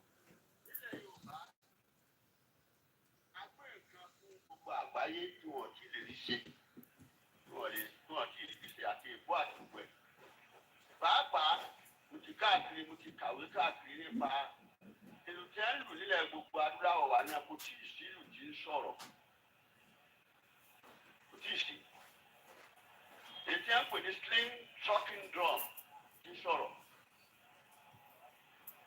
Nílé ọba, nílé àwọn ẹni pàtàkì, mo gbé ààfin Aláké nígbà tí mo wà lọ́dọ̀ lọ́mọdé. Mo súnmọ́ wọn dáadáa. Gbogbo òru àwọn ọba ńláńlá ni nínú ààfin wọn ni ìlú máa ń wà. ìjọba láàárọ̀. Tí ẹ bá fẹ́ búra fún gómìnà nílẹ̀ Nàìjíríà, wọ́n á gbé bíbélì lé wọn lọ́wọ́. Ẹni tó bá jẹ́ ẹlẹ́sìn Kìrìsìtẹ́nì. Ẹni tó bá jẹ́ ẹlẹ́sìn Mùsùlùmí, wọ́n á gbé Quran fún pé kó búra. Tó bá ti búra tán, Quran tó fi búra àbí bíbélì tó fi búra ti gbàgbé ẹ̀ tó sọ sí. Ẹni tó bá wù ló lè máa fi ìgbésí ayé àwọn ọmọ tó ń jọba lé lórí tó ń ṣe gómìnà lé lórí. Ṣùgbọ́n kò rí tẹ́lẹ̀ Yorùbá. Láràárọ̀ láago 5 ní ìlú òjì ọba yóò sì máa sọ fún ẹ̀jẹ̀ tó jẹ́ fún àwọn ènìyàn àtàkùn bàbá ńlá bàbá rẹ̀. Ṣùgbọ́n kí wọ́n tó dé wa ládé, wọ́n ti mú wa lọ sójúbọ kọ̀ọ̀kan. Wọ́n sì ní ká jẹ́jẹ́ bẹ́ẹ̀. Nítọ̀sán tòru láàmú fi sin àwọn èèyàn wa lọ́nà tó dáa, a sì ní bẹ̀rù. Tó bá dàárọ̀ fún àpẹẹrẹ, fún ìlú tó jẹ́ nílẹ̀ Yorùbá bó ti jẹ́ pàtàkì fún wa sí. Tí ẹ bá fẹ́ lù. Let me appreciate Lady K. Muke Yadada. I just spotted you right now. Muke wa media zo atwa ni sale. Mumbo akinda da. Eja gbo iku baba yeye tan. I'm going to say shout out to you. More me about our time. She saved the day, July 1st. Kódà kí Lady K máa ṣe tó ń bí wa nú. Torí ẹ̀yin kan ó ń bí yín nú, nǹkan tó ń ṣe. I don't want to go into that. We must love her forever. Wọ́n ní rólóyè mú níjọ́ yẹn. But what so that is the intelligence that I got. That is the intelligence that was given to Loye as well. And the whole house will be bombed and they will tell you is unknown soldier. Dupe from Lady K from July 1st, 2021. And she also sacrificed because she was taken away. Because we expect to pay signal shima wonuleye. The whole signal was shot dead. Eshegoni yawa Falasha Dejo. Maki Bubinada, we deliver message. We go back now to our current conversation. Nobody should call me Loro interview Loye. Adroti titi amafi debitan lo. O no de droti wa. To ba wa ni tó ń ṣe àti tí bàbá kí tó yẹn ṣe ẹ nífẹ̀ẹ́. Tẹ́ bá lè já sínú mi ẹ bẹ̀rẹ̀ tọ̀rọ̀ tí yín náà. Nobody stopped anybody. Ṣèbónítìrì ló ń ṣe ẹran aṣẹ́wó tiẹ̀ káàkiri pẹ̀lú jílẹ̀ tọ́jọ́ ń ṣe nonsense pẹ̀lú àwọn idiot. I don't want to be responding to them because they are ìjìnlẹ̀ tó lè wọnú parliament wọn ní Turkey, Black Lion àbí whatever tẹ́ ń pè wọ́n. All these people are irrelevant. Àwa là ń kàn dárúkọ wọn lọ́fíìn wà relevant. Nobody knows them. Àwa tó mọ̀ ni àwa media tá ń sọ̀rọ̀ lẹ́yìn olóyè wọ́n mọ̀ àwa media torí pé àwa ti ra gàbó. Àná àwọn máa dárúkọ olóyè lójoojúmọ́ ni because orúkọ ẹ̀ gangan ni kọ́kọ́rọ́ tá máa fi wọnú ilẹ̀ Yorùbá láṣẹ Èdùmàrè. Tó bá tẹ́ lọ́rùn ìwọ náà ní ẹpọ̀n lábẹ́ jáde síta kò lọ ṣe tó lóye ń ṣe. Ẹja gbọ́n tí kú bàbá yẹn sọ mò ń bọ̀ mọ́ tí dé. Àwọn ọ̀dọ́ kọ̀ọ̀kan pè mí ká tó gbogbo àwọn bàbá mi tó jẹ. Wọ́n sọ pé Ọláìwọlá dìde ó bọ́ Sókótó. Àtàndá dìde ó bọ́ Sókótó. Ẹnìkẹ́ fi gbẹ̀gbọ̀nsẹ̀ rán mẹ́ni dìde ó bọ́ Sókótó. Mo kí ẹ̀gbọ́n mi dáyà mo kí gbogbo dáadáa nísìnyí bẹ́ẹ̀. Àwọn tó jẹ́ lè bó mọ̀ túmọ̀ eléyìí. Tẹ́ bá ń fi gbogbo ọba lọ láwọn ó bẹ̀rẹ̀ láti ẹni tó kọ́kọ́ jà láàfin títí dórí mi. Mo sì láti mọ̀ mo láti mọ̀ tí ń wí. Ìlú wa jẹ́ pàtàkì. À ń fìlú pòwe fún yàn. À ń fìlú kìlọ̀ fún yàn. Nǹkan pè wá lọ́mọ Yorùbá nìyẹn. Mo kàn fẹ́ kẹ́ gbọ́n nǹkan tí bàbá yẹn sọ. So àwa ń fi ìlú àfi ránṣẹ́ sí Aso Rock ni. So ẹni tó bá wá yé láti decode ó kù sí lọ́wọ́. Ẹni tó bá ń bínú ẹ̀kan bínú lásán ni. Because calculator lolóyè Ìgbòho. Calculator ni bàbá Akíntóyè. Tó bá dẹ̀ ń sọ fún yín pé wọ́n congratulate bàbá Tinubu. Ṣẹ́yìn ẹmọ tó ń pè ní foreign policy ṣá. The worst enemy àwọn àgbáyé ń bára wọn ṣe tó bá búra wọn títí mo follow story India àti Maldives ìlú méjèèjì yẹn Maldives nísìn wọn ò ní agbára Indian is about 1.4 billion ní population wọn wọ́n dẹ̀ ń threaten ní àwọn Maldives wọ́n threaten India because the new prime minister the president wọn ó fẹ́ pull out gbogbo into the previous president ṣe but kí ló dé tó ṣe ń ṣe bẹ́ẹ̀ because ó ní backup China àwa nísìn àìtí ní backup kankan tábà tẹ̀ ní ṣẹ́nu mi ni máa jáde máa sọ fún yín pé backup kan wà báyìí country báyìí ló ń tẹ̀lé wa gbogbo nǹkan kọ́ la máa sọ lórí social media we are talking about ourselves want to leave Nigeria ẹ wá ń sọ pé ẹ ní negotiate no tẹ́ ẹ bá negotiate pẹ̀lú present administration tó wà ń bẹ̀ ṣé United Nations is as useless as tissue paper I'm sorry to say useless as tissue paper ní United Nations gbogbo takun máa ń sọ 1949 the United Nations chapter humanitarian kìnnìkan wọ́n ti pa 25,000 people ní Palestine tó rí nǹkan kan ṣe sí òkú ti sùn lọ ní Sudan so tẹ́ bá ń dúró pé United Nations la máa fi gba Yorùbá nation from negotiation ìrọ̀lẹ́ pa but in tó máa help wa ni pé tí wàhálà bá bẹ̀rẹ̀ ní Nàìjíríà lénìí ẹnu wọn ò ní kò ní United Nations Security Council that is the advantage ibi táwọn Biafra dem push ọ̀rọ̀ lọ nìyẹn because àwọn ti mọ̀ pé tí gbàgbós bá ṣẹlẹ̀ tó bá bọ́ sórí M1 bá Amẹ́ríkà bá ń sọ̀rọ̀ pé kinní kan Russia máa sọ pé kó shut up because Russia àti America antagonist làwọn méjèèjì nísìn wọn ò dẹ̀ gbọ́dọ̀ rẹ́ tí gbogbo nǹkan máa fi dàrú ní Nàìjíríà ọdún mẹ́ta ló máa fi dàrú ní oṣù mẹ́fà ní àwọn ní láti máa fún yín ní date mọ́ because nígbà tá a ní ká má lọ dìbò gbogbo ilẹ̀ náà fẹ́ dìbò ẹ ti dìbò tán nísìn so enjoy it ẹni tá a bá lè ṣàánú àá ṣàánú ẹni tá a bá lè ṣàánú ẹni tó bá fẹ́ kú ẹ gbé lọ sọ́dọ̀ gọ́ọ̀mẹ̀ntì yín kẹ́ lọ gbé bọ́dì ẹ̀ síbẹ̀ because at the end of the day nígbà tá a pariwo pé ọ̀rọ̀ election kan ló kàn most of you said election ló kàn mo níyàn kan tó wà lórí platform nísìn ojoojúmọ́ ló ń kọ lẹ́tà sí British government tó ń bá wọn fa wàhálà single handedly ó dẹ̀ ń copy ní gbogbo lẹ́tà yẹn kò ń ṣọ̀rọ̀ lẹ́tà méjì kò ń ṣọ̀rọ̀ lẹ́tà mẹ́fà Alhaja Ayero Atadeyeye tó ṣe 80th birthday she sent about 80 letters lọ sí UK ní bíbá UK government gbogbo yẹn ló ń pè ní diplomacy but ọ̀rọ̀ tó wà nílẹ̀ ó máa gba diplomacy ó máa gba ká crack code ó dẹ̀ máa gba pé kíni ká tó fi ìlú ká fi ránṣẹ́ ẹ̀gbọ́n kan tí ó lé Aláàfin the late Aláàfin sọ. à ń fi ìlú dánilárayá a fi ń túfọ̀ tá a bá ń lo oògùn máa gbọ́ onílù tẹ̀lé wa.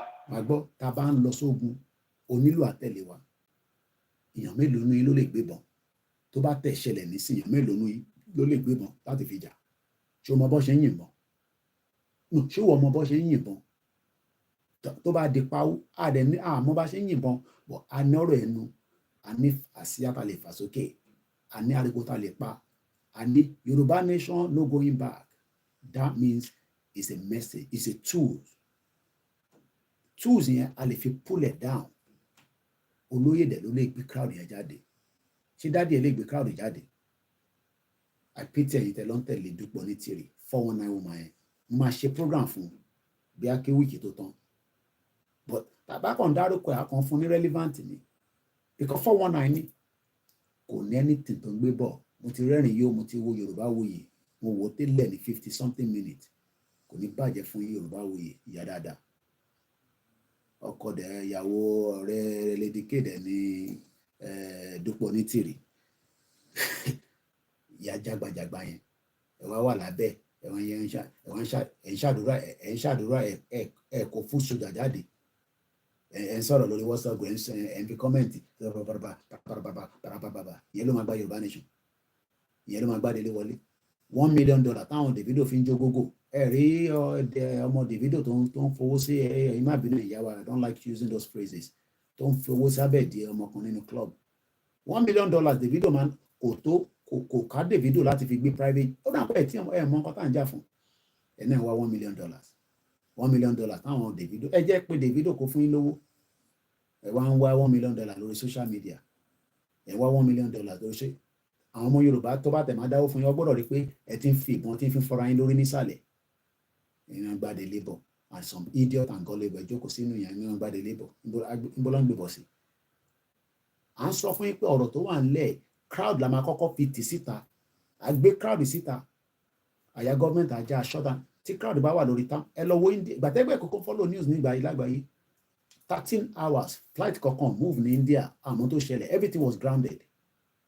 nígbà tó dé stage kan fídíò yẹn wá lọ́wọ́ gbàtẹ́ kókó ń gbọ́ news mo sọ fún yín pé báyìí lẹ́tí máa gbọ́ gbogbo anyway 13 hours wọ́n ní backlog ní India airport báyìí ẹ mọ̀ káwọn èèyàn ti jókòó kí plane fi gbéra kọ́dẹ̀ wà lórí flight yẹn tí plane ò lè gbéra ní tarmac for 13 hours nígbà tó yá bọ̀bọ̀ kan dìde ó fẹ́ gba pilot lẹ́sẹ̀ so frustration àwọn èèyàn ó lè bàbá yẹn nísìnyí bàbá interview yẹn nísìnyí ó lè jẹ ẹni tó tẹ̀ jàre but when the frustration and anger bá débì kan you will do what you don't want to do eventually àwọn èèyàn ń jẹun ní tarmac ni àdètí ní kẹ fún wa lówó ká tètè ra sísítẹ́ẹ̀mù míì àti ibi tó fẹ́ túnṣe nísìnyí àti gbé lọ nísìnyí àtẹ̀wọ̀n tó máa ṣe ká lè máa ṣó yín ní gbogbo àwọn kìnìún yẹn lẹ́yìn I have 2 laptop àwọn eléyìí ò lè gbé program tèmi ń ṣe wọ̀ lè gbé ilé àwọn yẹn la need yẹn la ṣe ní ẹ fún wa lówó ẹ dáwó sínú GoFundMe ká tètè ra máṣíìnì míì kẹ máa gbádùn program gidi ká máa lọ máa fa àwọn kan bá ṣe máa ń ṣe nígbà yẹn ká máa fi wọ̀nyí ní background ṣé ẹ láìkì yẹn ni ká kàn fi fóònù ṣe program látijọ́ ẹ̀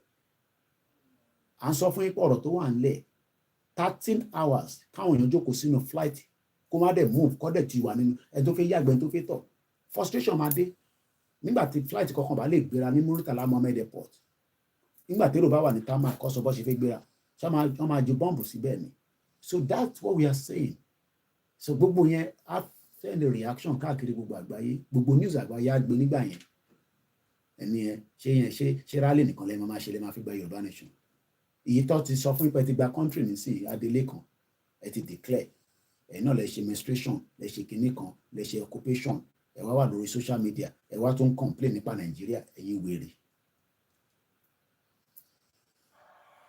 tó bá tẹ̀lé wa yóò mọ rìn wá kàkiri yóò mọ gun wa ní kẹsẹ́.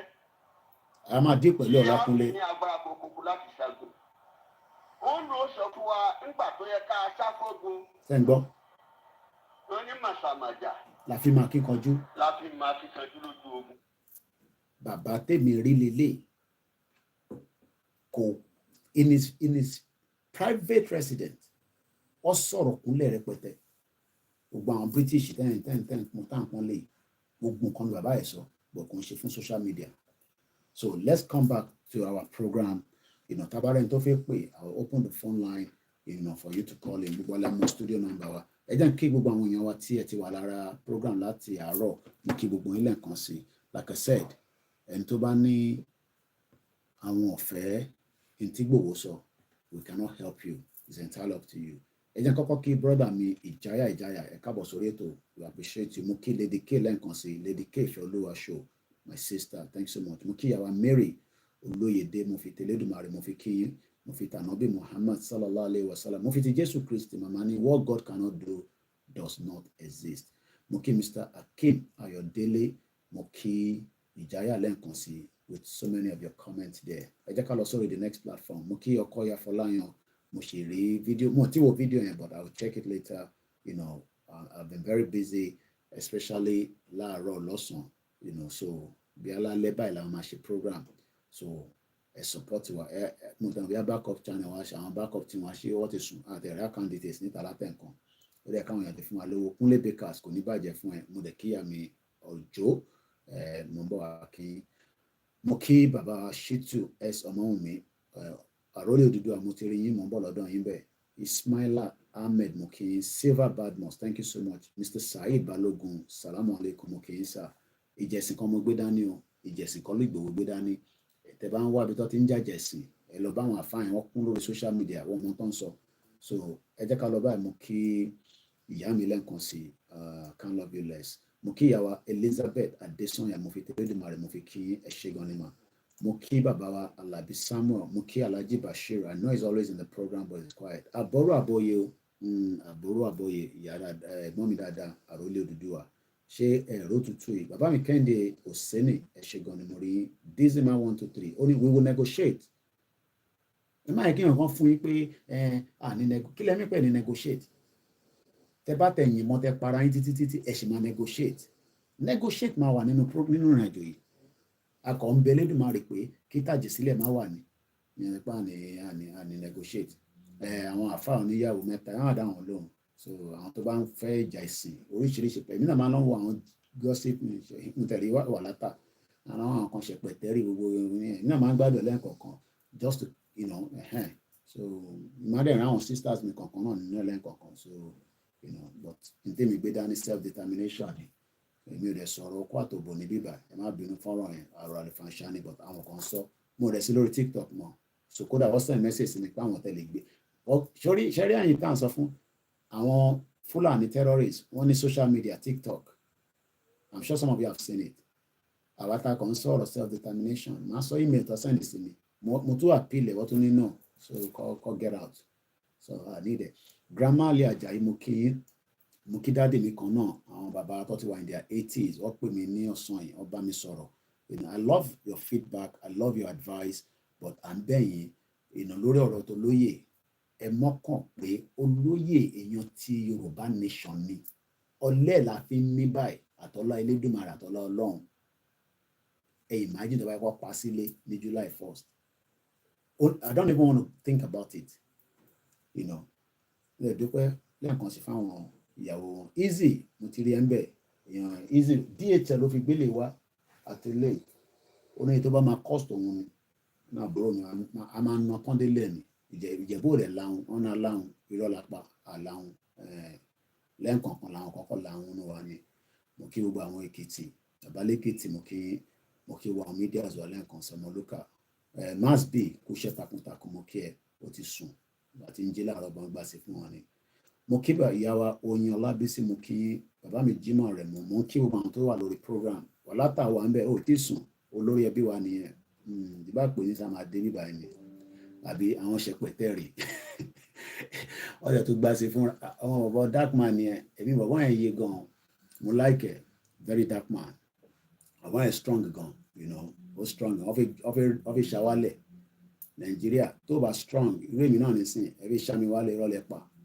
Ọlọ́run ló ní kí n láwọn àwọn family tó dúró rága bò mí pé wọ̀kẹ́ bá tẹ̀ lówó mo sọ wípé èmi máa break Nàìjíríà mo àìtí ṣe program preambles láti ṣe nínú ọdún yìí wàá máa rí Nàìjíríà báyìí máa bí ẹ lójoojúmọ́ because we have to catch up but eléyìí mú mi láti wá dé pẹ̀lú lẹ́yìn eléyìí mú rẹ̀ ní láti response ẹni kankan mọ́ so iṣẹ́ pọ̀ tá a fi ṣe ẹ̀fọn lóye pé àwa níṣẹ́ tá a fi máa ṣàfi create awareness alóyìn ẹ máa bá ṣe lọ ẹ̀ẹ́dẹ̀ subscribe sórí YouTube channel yẹn àwọn kan tẹ̀ tó ń sọ pé wọ́n náà kì í ṣe agbẹnusọ lóye mọ́ ẹ máa kí n fún ilé sí one bastard mo ní bí ìtẹ̀sẹ̀ agbẹnusọ ẹ̀gán sef ibi tó bá lọ ni mò ń lọ à ń bọ̀sibọ̀sì èmi sì lágbẹnusọ ẹ̀ títí tá a máa fi débi tá à ń lọ ẹ̀ẹ́dẹ̀ lè dárín wa rú bóun ìkẹ́ lọ bá babaláwo kẹ bá fàgẹ ẹ̀ kan tanra yín ni torí àníyàn kan lájọ ń lò síra wa bẹ́ẹ̀ ni àníyàn kan àníyàn bẹ́ẹ̀ dájú ogun lọ mo dúró tìtàn ni délẹ̀ mo sọ fún mo ní mò ń bọ̀ lọ́dọ̀ yín nìbàdàn máa dé sókà nígbà tí mo ra tíkẹ́ẹ̀tì ẹ̀rọ orí social media lèmi ti fi máa ṣe Yorùbá nation ni ìyẹn mo ṣe lọ sílé lọ́ba lóye kó lè bá mọ̀ pa serious gidi ni kò ń ṣe Yorùbá nation mo lè dúpẹ́ lọ́wọ́ ẹ̀gbọ́n mi Gani Alágbàlá àwọn náà tún ra tíkẹ́ẹ̀tì ọtún wa Alájà Ira ti ra tíkẹ́ẹ̀tì ọwá ó tún ní sáǹtì mi kan mọ̀ pé dárúkọ àwọn cause APC làwọn wà ẹ̀ ọ̀dọ̀ ṣe ń ṣe APC àwọn tó dẹ̀ ń ṣe APC àbáwọn jà àwọn náà ra tíkẹ́ẹ̀tì pé Koiki àwọn gbọ́dọ̀ wá yọjú sí ẹni sókà ẹ̀rọ pé mò ń ṣeré mo lọ́lé ni ìyá mi dẹ̀ fi blessing ẹ̀ pé máa lọ ìyàwó mi nìkan ló kọ̀ wọn pé bàbá ẹ̀ tó ń lọ yìí ìyàwó mi bẹ́ mi títí tí ó mọ̀ pé tí mo fẹ́ lọ fà nílé pé mo ń sìn mo pé gbogbo àwọn family wọn ní kó jẹ́ kí n máa lọ pé kò sí problem pé mo tẹ́ ma 10 days mo dágbére fáwọn ọmọ ńlé àwọn ọmọ àlè wọn ní kí wọn nígbà tí mo wà Nàìjíríà báwo mo ṣe wá ń sanwó lé olóṣì ọmọ ẹ̀ tó ń sọ fún BBC ọmọ ẹ̀ tó ń sọ fáwọn journalist wọn ṣé ọmọ ẹ̀ tó ń sọ fún wọn ibi tí wọn bá ti ń ṣe ni àti ń jẹ inú movement náà láti fi ń sanwó lé tó bá bí ẹnu kò lọ já sínú omi kò kú dànù one bastard orí yóò pè ọ rò pé mò ń ṣeré ni ó kù díẹ̀ ó tún kù díẹ̀ ẹ̀wọ̀n pa tó gbọ́dọ̀ lọ re-strategize ìtàṣetẹ́lẹ̀ yẹn a máa re-strategize media làwọn máa kọ́kọ́ fi media máa fi bà ti Nàìjíríà jẹ́ máa fi bà ti gbogbo àti Bọ́lá Tinubu gbogbo gọ́ọ̀mẹ̀ máa sọ Nàìjíríà bẹ́ẹ̀ ẹ máa bínú ìlú òfò wèrè country lèmi máa ń pè lórí Twitter ẹ lọ sórí Twitter mi ojoojúmọ́ wèrè country tá à ń dáwó Pàtàmì former communication minister bí kí ló pè rẹ̀ wọ́n raise 50 million fún terrorist òun náà ọ̀rẹ́ òun kan máa dá 50 million fún àwọn ọmọ tí wọ́n fẹ́ gbàlẹ̀ ẹ̀wọ̀n káwọn yẹn wá 60 million òun náà máa ní kọ́ ọ̀rẹ́ òun kan ti former ẹni tó create name ẹ̀rántí name tí gbogbo wa táwọn àwọn èèyàn wa tọ́ tí wọ́n àwọn family mi ń lọ mi sim card mo ò lè get wọn mọ́ ọ block sim card wọn lórí burúkú ẹ̀ ṣe bóyá kọ́ lè trace line a ní Nàìjíríà ń ṣe country wèrè country ẹni ẹ pé Nàìjíríà fò Nàìjíríà tí mo rí yàn kan náà ọ̀rẹ́ mi adé ó send video yẹn everyday làwọn ọmọ Yorùbá ń wá sórí social media bàbá yẹn ní spinal cord injury wọn náà wá 540,000 ọmọ máa gbé wá láti Badagry wá sí ibi tó ti máa ṣe físo kò ní dá fún gbogbo yín pátápátá yín politicians ẹ̀ ní kúrè pump bastard wọn wá wheelchair tí how did we get to that nonsense ẹni ní Nàìjíríà ẹgbẹ́ ká máa tọrọ owó lójoojúmọ́ dísì máa mú kí ilé nǹkan sí easy mú kí ẹ Kúnlé Bakers ẹ̀gbọ́n mi kò ní tán fún láíláí Ọlákúnlé a máa ṣe exposition ní Fálétílé yẹn ó wà ní group kan pẹ̀lú mi ìjọ kan tí mo post mo dáhùn pé lórí burúkú ẹ̀ wà níbẹ̀ bàbá òfò yẹn bọ́jú rí pé ọ̀nkọ́ mi kan ló ní group yẹn àwọn dẹ̀ dúró tán kánsẹ́lọ̀ dẹ̀ ni wọ́n nílò yìí ló wá lọ rìpọ́tì ni pé wọ́n ṣe ń hàn láàkí mi máa post ọ̀rọ̀ Dúpẹ́ nígbà tí mo ná wèrè lẹ́gbà bàbá òfò àwọn bàbá tó yẹ ká máa dá sísì wé lára tó bá yà ni wọ́n lọ United Nations ó bá NGO lọ sí United Nations náà lọ sí United Nations ẹlòmíì tẹ̀mọ́ tán pé United Nations mo tẹ̀ ò ká tẹ̀sọ́ fáwọn tó wà nílé òmùgọ̀ ni wọ́n gbogbo kọ́mẹ́ǹtì wọn ni máa lọ́n kà ẹ̀ máa bú bàbá Akíntóyè ẹ̀ bá bú bàbá Akíntóyè àti Ìgbòho wọ́n tẹ̀ máa ní ká dáwó padà yín ìwé sẹ́yìn lẹ́ lówó tó fi dá padà àti náà yẹn àti fi yẹn jẹ gúgúrú owó mi nìkan tó dá ìdán fáyín náà nísìn ẹ̀ ń wá $1 million ẹ fẹ́ fi gbé Adélé wọlé ẹ̀ ń wá $1 million ẹ jẹ́ pé Davido kó fún yín ní $1 million Davido owó tó fi ń gbé private jet káàkiri nìyẹn because wọ́n mo gbọ́ lẹ́nu dark man is $10,000 láti gbé private jet láti Èkó lọ sí Àbújá so imagine ìyẹn lẹ́yìn wá $1 million kílẹ̀ fi ṣe owó gúgúrú àlọ́wọ́ ẹ̀pà tí owó ẹ̀fẹ́ fi ra bọ́n ní idiot all over the place à ń sọ fún yín pé àti gba country ẹ̀yìn ti gba country ti declare ìyẹn olóṣì olórí burúkú Dúpẹ́ yẹn olóṣì wà ní darkness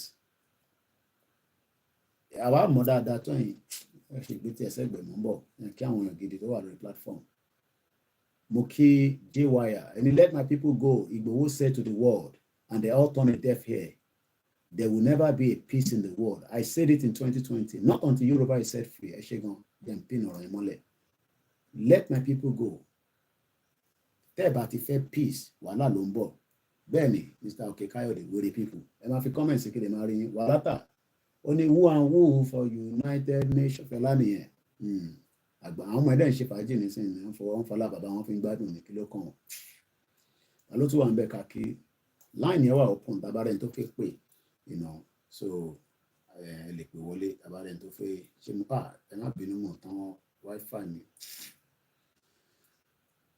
ti èmi náà kàn relax látàárọ̀ but I've been so busy with so many other things ẹ má bínú pé ẹ̀rí wà látàárọ̀ mo fi Elédùmarè mo fi kí àmì lẹ́ẹ̀kan sí mo kí gbogbo ìyẹn àgbàlagbà mo kí gbogbo ìta wà lórí TikTok lórí Instagram ẹ̀jẹ̀ mo ṣe ń bẹ́ òjì báyìí mo kí gbogbo ìyẹn lẹ́ẹ̀kan sí bàbá Fálétílé bàbá òfòmání wọ́n wà relevant gbogbo ohun tó ń sọ yẹn ìjìnlẹ̀ tó ń náà mọ̀ pé òun wà relevant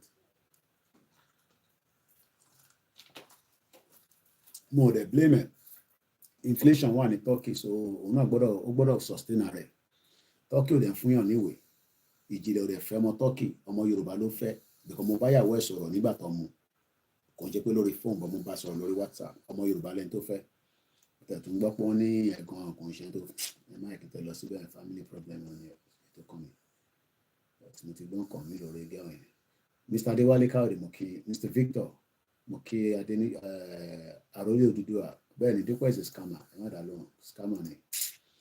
Ó kàn gbé wọn ní Mugun ní jàre. Òun bá Adélé bọ̀, ìyàwó èrè. Adélé ò ló ń gbé bọ̀. So I think that's about it. Mo ti kí gbogbo ẹ̀ tẹ́ ti darapọ̀. Ìyá mi Fọláṣadé ò jẹ́ ṣe gan ni. Tí bá ń rí super chat, bá àyà mi máa ń já. Ó ti pẹ́ tí mo ti rí super chat. After láti April tó ti pa super chat ọ̀jẹ̀ ká rówó. Lai Mohammed ti lọ report YouTube channel mi. Tèmi àti Simona pa ó ní kó já wálẹ̀ ni. Only because èmi mo fẹ́ destroy Nigeria. Ṣé mo fẹ́ destroy Nigeria? Nigeria ti ń destroy right now. So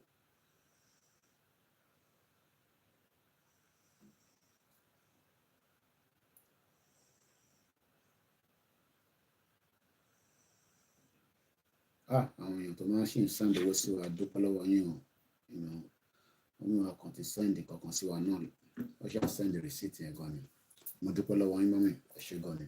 Safety dominion, stop mentioning Adelaide, it is the dumbest idea of the century. Bẹ́ẹ̀ ni, ìyẹn lẹ́nu tẹ̀ fi fún ọ, tí bá tẹ̀ ń sọ fún mi kan fún tó ń fún wọn ní publicity ọ̀fẹ́ ni. So let's come back to some of the other things happening. Like I said, please, again, èyí tán tó sì má bínú, mo ti pin ọ̀rẹ́ lẹ́ǹkan. They should print their ẹ má ẹ̀ka tẹ̀sọ̀ ìjọba Adélé kọ̀ọ̀kan yẹ ká fi wọ́n sílẹ̀. Mo kí èyí tán tó sì brother mi, ẹ kú iṣẹ́ takuntakun. Thanks so much. Ta ló tún wà ńbẹ̀? Mr. Lateef Adelaja, mo kí ta ló wà ńbẹ̀? Reach out to me to security related. Sam Jones. Okay, I don't know what that means. All right, I think that's about it from there. I'll pick more comment along the line. Moki Jaya Jaya. Jésù nìkan lọ́ba, bẹ́ẹ̀ ni, Jésù nìkan lọ́ba. Ẹ ká fi àwọn Adélé sílẹ̀, kò síbi kankan tó ń lọ. Wọ́n ń ṣeré pa ni. Wọ́n ń ṣeré pa ni. So wọ́n ń ṣeré pa ni. Àwọn náà mọ̀ pé wọ́n ń ṣeré pa ni. So let's come back to actually, how many hours? Okay, I have the last 1 hour, 15 minutes. So I can make use of that and educate ourselves and myself again. Mo kí gbogbo alẹ́ nǹkan sí pé àtúkàbọ̀ sórí ètò wa. Ọkọ̀yà Fọláyìn mo kí ẹlẹ́ nǹkan sí, my brother. There's a lot going on in Nigeria. Mo sọ pé problem Nigeria, Abamash analysis the lórí lójoojúmọ́ is never ending. Mo kí backup team mi, ẹ ṣé gan ni. Kí mẹ́nu sọ̀rọ̀ Nigeria títí láti sìn títí dọ̀la. Mo kí wọn tó wà lórí Twitter space. Thanks so much. And those who are watching on the Twitter as well. Àwọn Biafra bí méjì mẹ́ta, bí wọ́n gbọ́ Yorùbá, so ó wà ń bẹ̀ látẹ̀kàn. If we like, we talk about Nigeria. It is never ending. It's a catalog of problems. The one in Nigeria. Catalog of problems. Catalogs. And don't put the catalog. Okay. We did it again. A catalog. Think about magazine. To buy Shiba problem. To buy Shiba problem. And those problems cannot go away anytime soon. So if anybody thinks that those problems are going, it is not going to lose anywhere. So what can we do? What is the next plan? What is our next, when we are looking at all this problem, Atiku is currently preparing for 2027 with Peter Obi and Kwankwaso. They want to merge. But what we are saying is that self-determination cannot fail. Many people say, could need clarity. But we are just shouting, any traffic, in Nigeria, one feel lines more or the motorway, but maybe by so some people are like, we are just rabble rouser on the social media, that we don't have anything to back the movement. I understand their point, because look on, how are you going to break this strong country called Nigeria? Many Nigerians still think that Nigeria is a strong country. That is the fool that the West are telling you. The West knows that Nigeria is dead. It's completely gone. But the West, and probably some of your religious leaders. But people like us, and those intelligent Omo Yoruba, even Antowanile, I always say all the time, I am not better off anyone. The advantage I have is that I was born with a silver spoon. There's no doubt about that. I also have the privilege to have lived in Nigeria and also live in another country with the bonus. I could be born with a silver spoon and live in Nigeria, and I could be part of MC more groups and all. Not that they're not human beings, but what we are saying now, there's two things in front of us. I want to compare the current situation to resolve what it can solve. What our consulate, we can still have the same current situation and we can then take it to a long future. I'm asking a question now, just yes or no. This is a platform that we educate, we ask questions, we debate, we laugh, we joke, and we are serious. When I come on the program, I don't want to make us look like we're joking here. We're not joking. This Yoruba nation, it might be like a joke sometimes, but it's not. It's a serious matter. It's all about life and death. My wife doesn't like me talking like that. If I think so, you can literally, because anything can happen. We don't even know who is the enemy that is out there that is against in terms of, because for every day we're talking like this, we are liberating the minds of people. Even though, look, I could go on Linda KG and see the post about Igwe, people are talking rubbish. It could be other places they're talking rubbish, and all that. But the question is, do we still have a future in Nigeria? Yes or no? Let's start with that. Do we have a future in Nigeria? Muki Baba David Adegoke, if I see your name, I'll greet you. Muki our Igbomi Este, Mr. Ramon Muki Lori Instagram. Yawa Alima Gold Muki Ima Tebashiwa Peluwa. Silver Badmos wa Lori TikTok. Umanka Kirin. Said Balogun, thank you so much. Igbomi Simple Ryan, thank you so much. Always love _God, thank you. I am Tosin Muki, Yami Felicia Jagbe, Eshegoni, Muki Antawa Lori Instagram, Yawa Ramatu, Emma Binupe late night lunch. I think there might be more late night than afternoon and morning.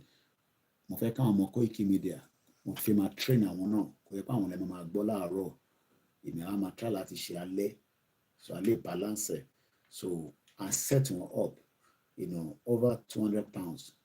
Not eBay because Friday, and I can give too much information, but this coming month, my brother send and we can ahead. So enjoy from a low locality around Montafera. We need a lot of things so that come my equipment come allow mommy can talk good. If you can calm one down, I'm not going to Nigeria. But they are ready to also be doing a lot of programs, but we've got to set them up properly. I need the Naira, F1 in Naira, it means no one will change the tongue be so that Kali money opportunity yara my fishy program. I understand what you mean, and all that. So there's a lot of things that we need, but we don't have money, we can't do all those things. So come on, interview lane in market. So there's a lot of things that they are doing, and the number share on blogs were, and when people come and say, why am I talking about anything happening around the world and again in Nigeria? You're stupid. I'm not a blogger. I'm a blogger. I'll talk about cut a video. A video I want to cut it. You can tell that these are bloggers, ẹlòmíràn tẹ credit ẹ s'Aláròyé ó lágbára o ẹni wo lóye ló ń sọ̀rọ̀ ẹni tó ń jáwó nìyẹn. Everybody just dey use the video. Mo rí bọ̀bọ̀ kan ó cover débi pé ibi tó kọ orúkọ Aláròyé sí yẹn ó tún gbé tiwọn síbẹ̀, so you would think that tóun ló lọ ṣe video yẹn wá. No credit. It's unbelievable. So I am not in that category. We are proper media. And I've been in media, in study in foundation at the first year, in London Met. No, I was doing hospitality in the first year. More one media, mass communication, going into the second year, the London Metropolitan University in Holloway. You know, so but barrier, not on international fee, or abandon Bogwen, international fee. So when you enter work out in Louis, it means got anything being in Louis. I couldn't, no more Musakuro, when you can international fee. You go to teach the nigga, you understand? So, and the good thing is, Louis, because that's the good thing about Europe. At 70 plus, the Monsignor lost a 3-year course, business administration. At 70 plus, the Monsignor father lost his school. I'm content someone where the larger clear lost in school again. Yamama Kawini. So, someone you ain't Kawini Louis. It's a lot of money, you know. I give kudos to you. A lot of them are going, but I shall be very careful. That's all I can say. You cannot be Nigeria. I'm not here to say you shouldn't come. Come down. You will live here with me. You will pay rent. You will pay for things.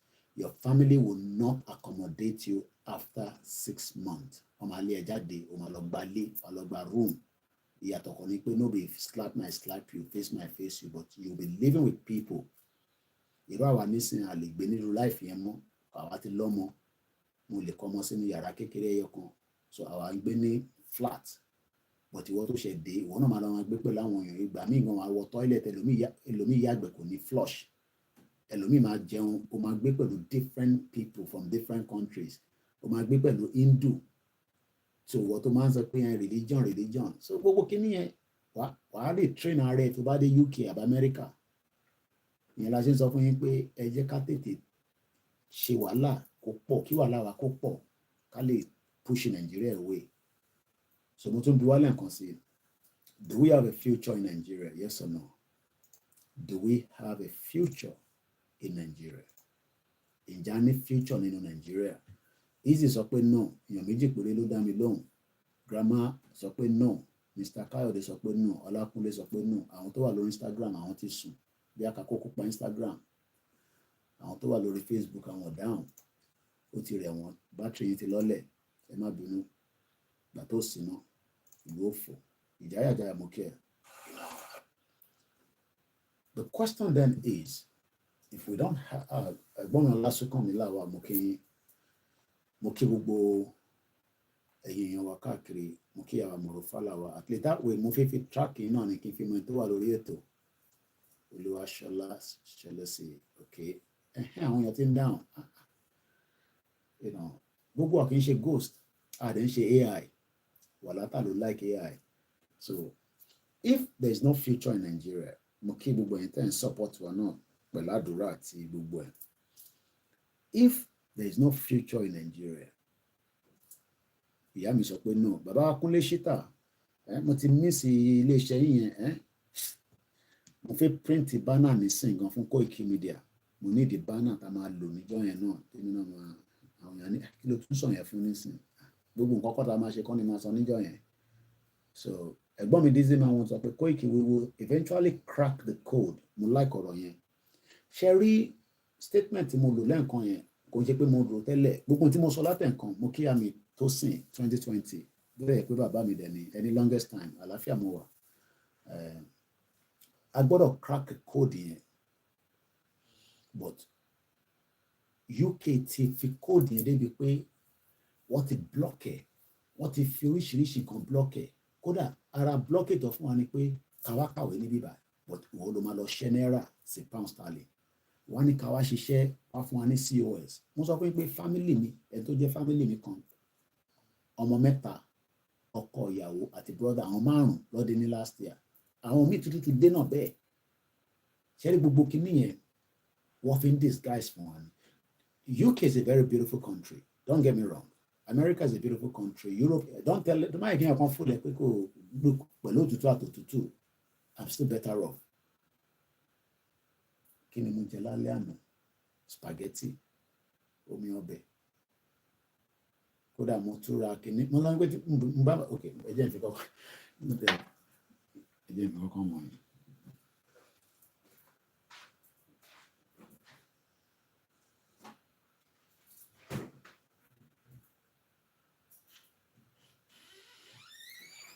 Ìgbà máa ń sin ní Nàìjíríà. Sorry, kí ló ń wò yìí?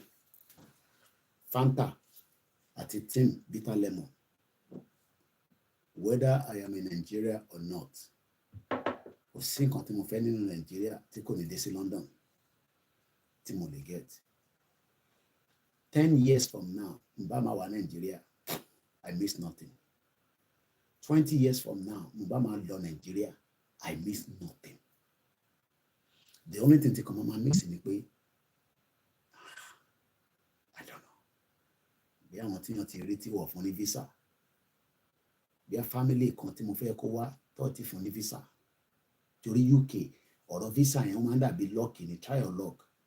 Ẹlòmíì àgbà sí fún wọn báyìí wà á kọ́ oyè yẹn ẹ̀yin tèmi ẹ̀tọ́ gbogbo kìíní yẹn tẹ̀ bá ti jù sí fún wọn báyìí wà á kọ̀ fún yín ni. Ẹlòmíì àdẹ̀ ṣàdúrà títí báyìí á tó há ṣé òun ṣe ìyá tí mo lọ bú yẹn kò yẹ kó rí bẹ́ẹ̀. Fanta lélẹ̀ £2 ni mo rà bó ṣe wà yẹn.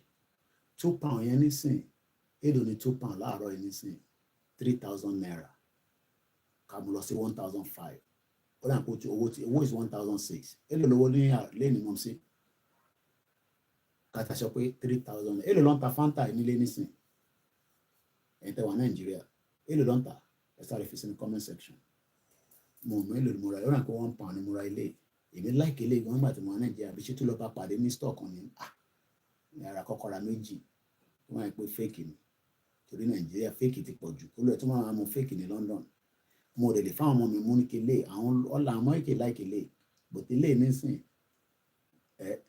èmi nìkan ni máa mú láìkẹ̀ gan tí bá wá Nàìjíríà nínú tí bá wà lórí ọ̀kadà tọ́kadà ń gbé mi lọ èlò lọ́ǹtà 200 naira lọ́ǹtà Fanta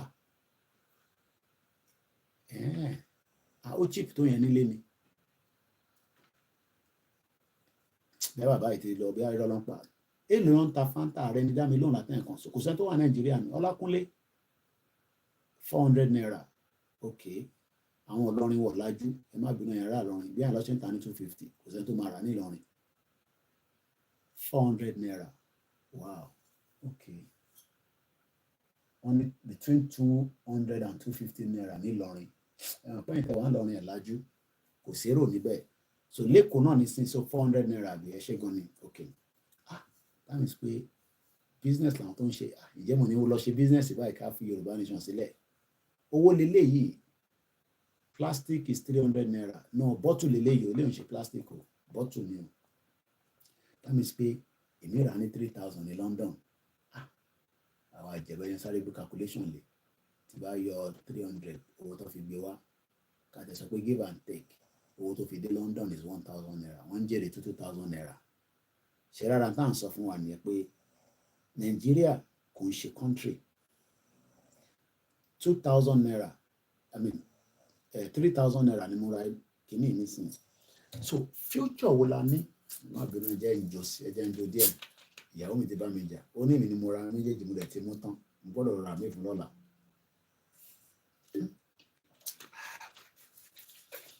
So many Nigerians are hoping that there will be a future. Mo kí ẹ̀ tẹ́ wà lórí bíbá náà Sister Mercy mo kí ẹ má ní mo fojú pa yín rẹ mo tó bẹ́ẹ̀ Mr. Olasta mo kí love_man adex mo kí Mrs. Kemo mo kí Mr. Olashola Jide mo kí Ewudin one mo kí sir Mr. Paul Batsma Remy Official bro me Great Yoruba Nation I have been waiting since ẹ má bínú púpẹ́ mo kí ìyàwó mi náà Metex so mo kí ogun ìtẹ́jọ́ wà lórí Instagram so we have about 1 hour to play with. If there is no future in Nigeria, but many Nigerians still believe that there is a future in Nigeria. Kí ló dé táwọn ṣe ń rò pé future wà nínú Nigeria? Why do we have Nigerians thinking that there's a future? and I'll be taking most of your comments. Dizzy man said, Koiki, trust us because if the letter is presented to the Prime Minister, they will panic.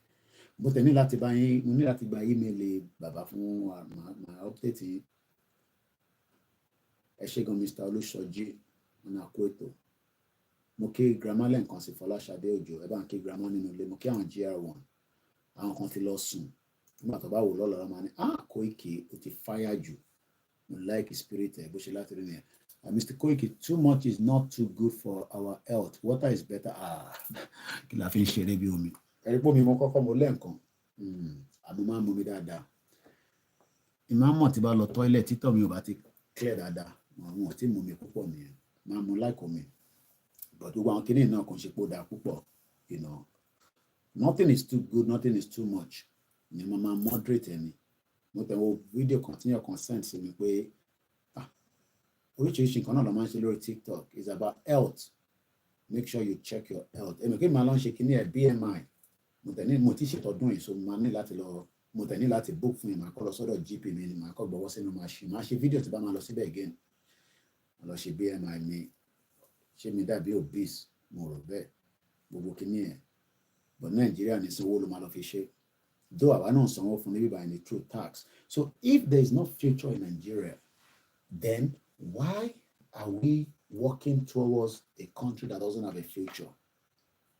Mukiyawa Nasifat.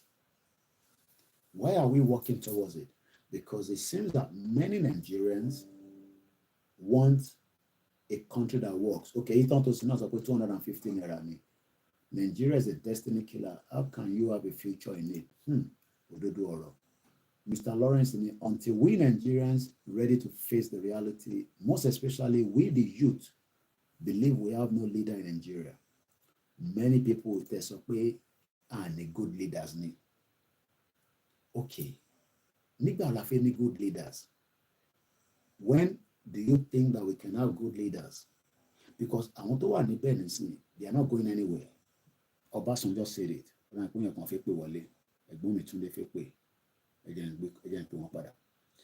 are not going anywhere. So, what do we do to make sure that our future doesn't hang in Nigeria anymore?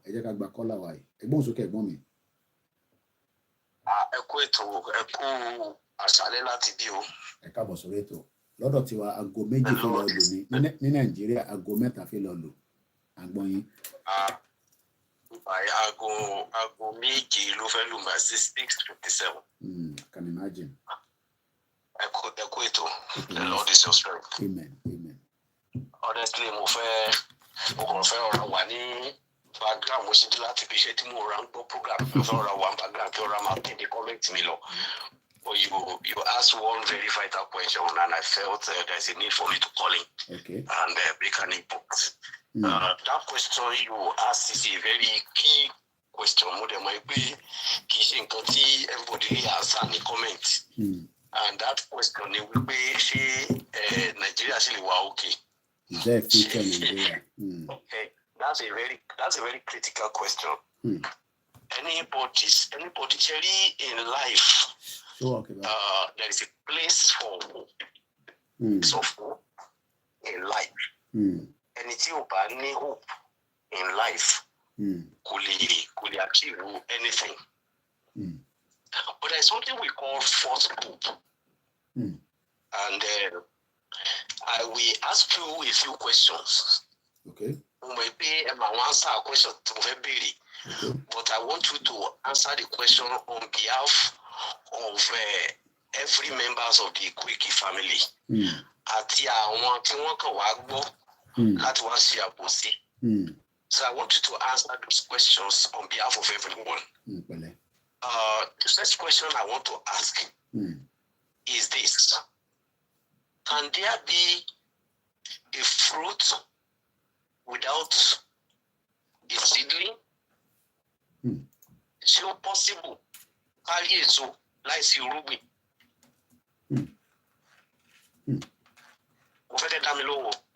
So can there be a fruit without seed? Can you mutuwa lọ sí bẹ́ẹ̀ ṣe ń sọ yẹn ẹ mọ̀ pé mi fẹ́ jíwèé wò ni o because mo bá jíwèé wò ẹ má bínú ẹ̀yin yan wa mo wá lọ type ẹ̀ sórí Google, can you grow fruit without seed? Bí ọ̀hún tún lè fún aláǹsà ẹ wá gbọ́n kan tó sọ. Without seedling, it may not be it. Without seedling. Yeah, only the answer is no.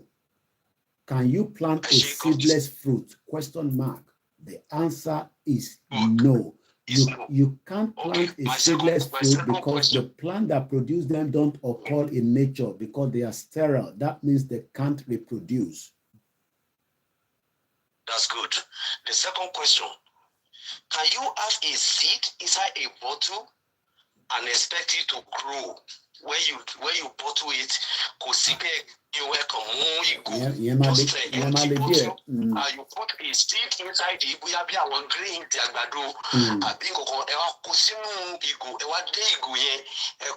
can it grow?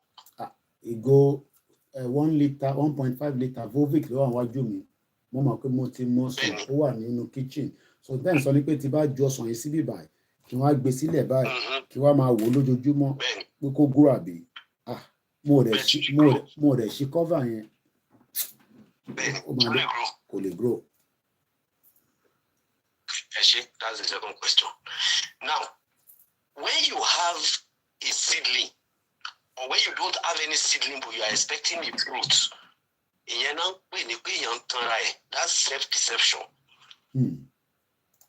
Have a seed. Every seed has a potential to grow, germinate, and bear fruit. Yes or no? Yes. Every seed only that potential.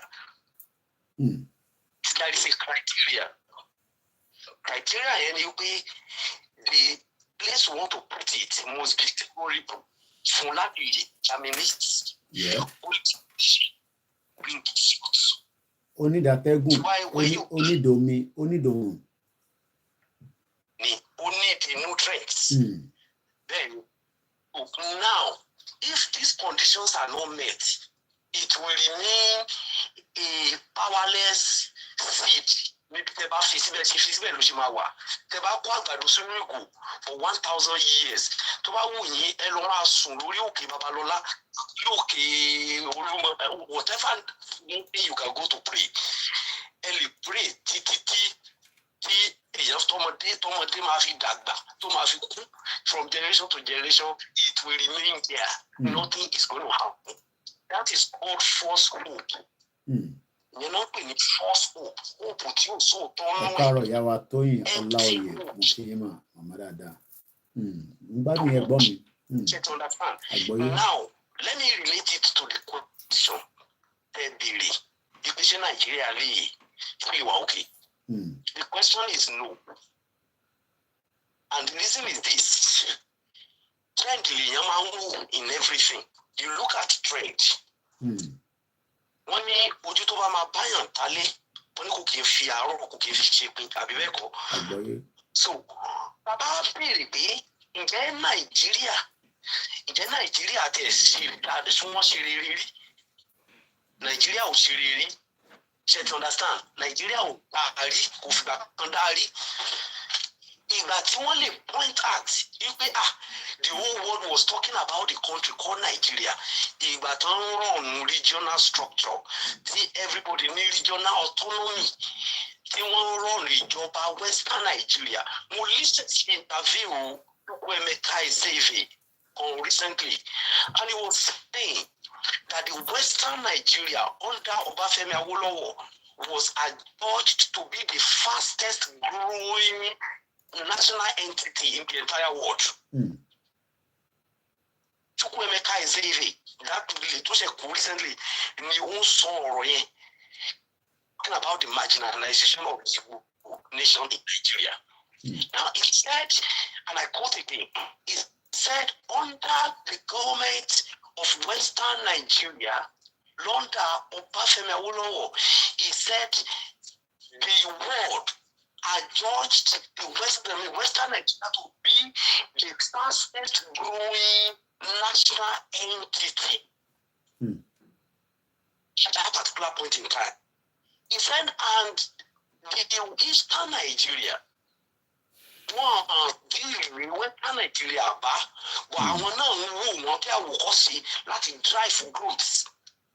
And the same thing, the northern Nigeria at that particular time, I will now grow in one bad thing. If you don't want to Cuba, Molo, Mafi, Mutumo, Abibeko. Now, this was a period of hard opportunity for only 9 years out of about 114 years of Nigerian existence. 9 years, not a regional autonomy. And that was the only time that we were talking about. You understand? Now, if you now look at that country after that particular time, it has always been that the last 10 years is always better than the current year. So that is okay, let me challenge you, can play the devil advocate tonight. Go ahead. There is now a new change of government. This is a different government, even though it's a continuity from the same party. That means tóun bá wá ṣígò yẹn díẹ̀ bọ̀ kò ṣí tán délẹ̀ ó kọ̀ rọra ń ṣí ṣé tendency pé wọ́n lè ṣí ìgò yẹn kí ó grow because because as at tonight Nigeria economy inflation is 28%. a máa ṣàlàyé kí ló mìíràn fáwọn èèyàn. Do you foresee that ìgò tá sin tájú síìdì yẹn sínú ẹ̀ ìjẹ́ yìí rí ẹ̀gbọ́n mi pé ó dà kó lè ṣì díẹ̀ kátẹ́gùn fẹ́ sí kó kọ̀rọ̀ra grow sẹ́gbẹ̀ẹ́ díẹ̀ kó kọ̀rọ̀ra yọrí kékeré díẹ̀ màá dẹ̀ jẹ́ kẹ́ máa bọ́rọ̀ yín lọ mo gbádùn yín. ó possible bẹ́ẹ̀ máa fi ìbéèrè máa wá fi dára ẹ̀ fún yín. Which one is more important? Ṣé kásòwò ló important jù ni àbí ká jèrè àbí ká mówó délé? Which one is more important? Ìyẹn lè sòwò kó jèrè àbí bẹ́ẹ̀ kọ́ inú ẹ̀ á dùn but ẹni tó jèrè kò tó ẹni tó mówó délé. Okay. Am I correct? Yeah. So therefore let me relate it to your question. Now tó bá ṣí ìgò yẹn díẹ̀. There are so many things that has to do with what we are talking about. We are talking about productivity. We are talking about growth. We are talking about development, right? Yeah. Now, à ń sọ wípé Nàìjíríà pé ó dàbí seed tí ò lè grow torí bó wà nùgò. Another thing ni pé kẹ́ ṣí ìgò kí orí atẹ́gùn kẹ́ bomi díẹ̀ sí nítorí pé ẹlòmíì ti wà bẹ́ẹ̀ sí tó fẹ́ ṣí ìgò yẹn tó dẹ̀ fẹ́ kátẹ́gùn wọnú ẹ̀ ó dẹ̀ fẹ́ bu yẹ̀pẹ̀ díẹ̀ sí sódà ó máa lè grow àbí. Now another thing ni pé kíní plant tí wọ́n ń grow ó tún wà surrounded by pests. You know what I mean by pests? Àwọn kòkòrò tó fẹ́ jẹ́ they are already ready gbogbo wọn ti surround ìgò yẹn ní tó máa jẹ ewé ẹ̀ bó ṣe jáde tí ò tẹ̀ ní jẹ́ kó tẹ̀ yọ flower débi kó máa yọ seed. Then what is the essence of the earth?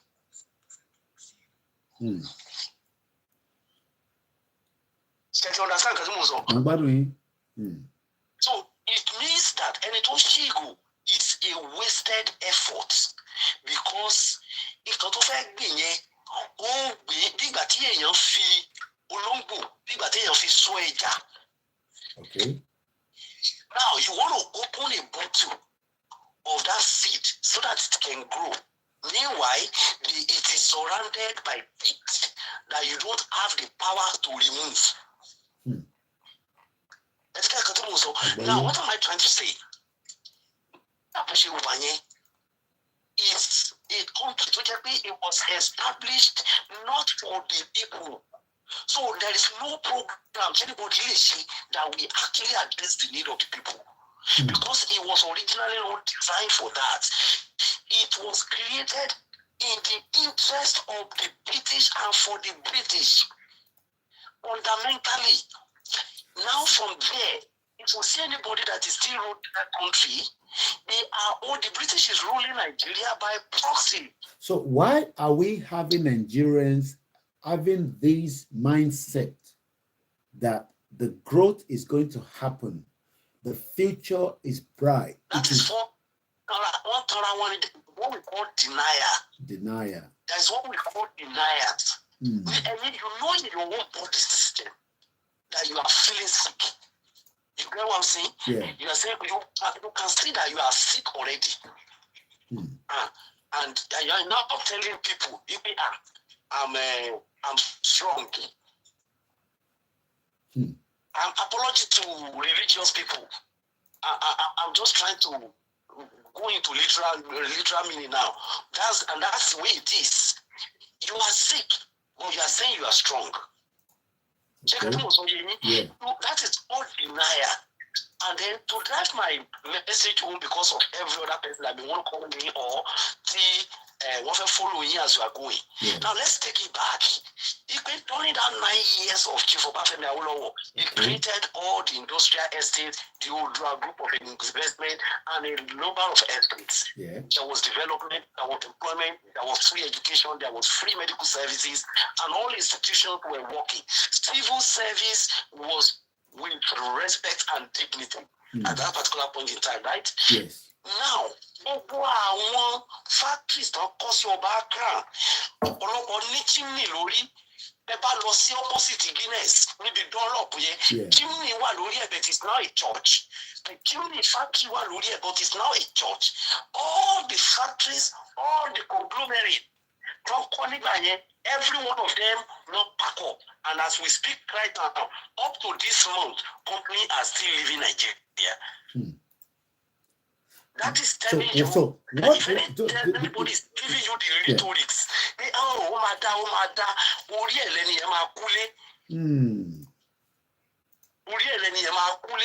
that is why it is high time for everybody to think. Even in the first instance, the problem Nigeria. The real problem of Nigeria is that the diversity, we are highly immiscible. We are like palm oil and water. Okay. We are like palm oil and water. You can't mix it. And therefore, it can be trans in the weekly or see that say that but only can't go up at those and that is why it is driven by corruption. It is driven by ethnic bigotry. It is driven by religious practices. Okay. Do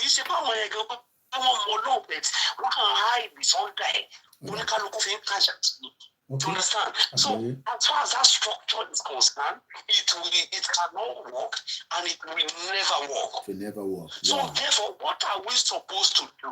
Number one, that diversity. Let me tell you, the build in Nigeria, presidency months of ordinary loaning to Roma election.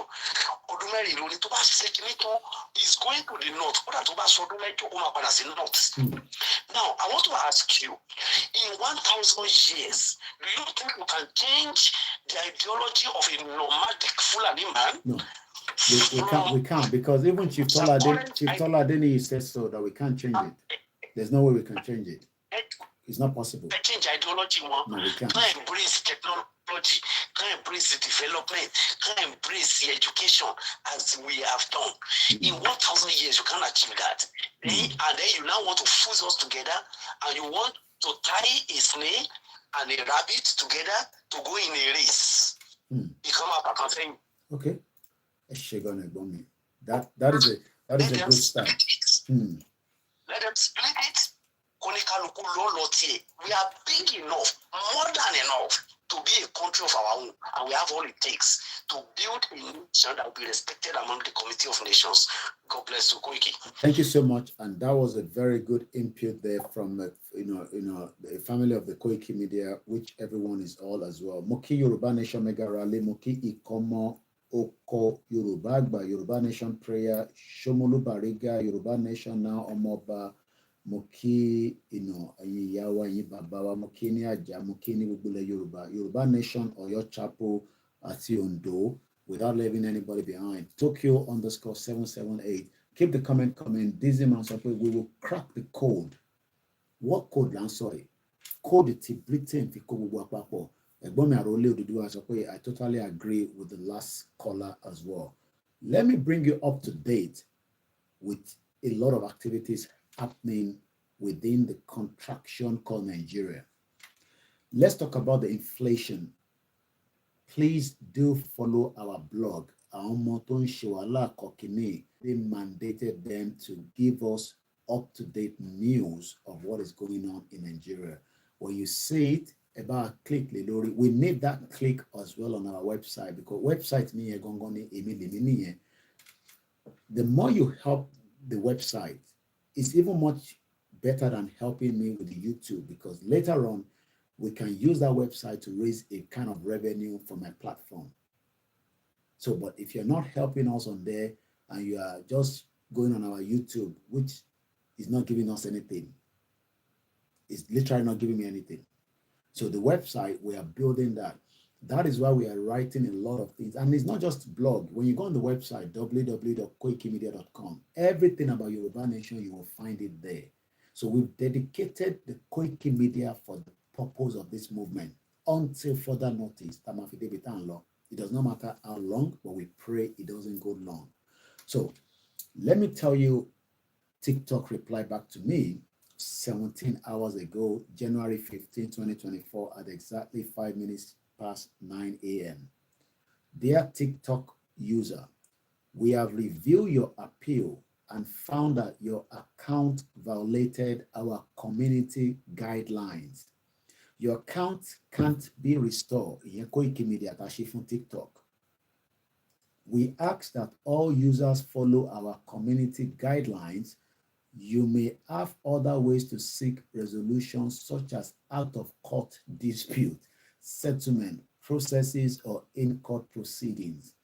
So it shows that the TikTok that was growing organically, Mukiyawa Adejoke Omolayo Mofiteledu Mariki, Pochete Mukiyi Ekabosurieto, they've taken it down.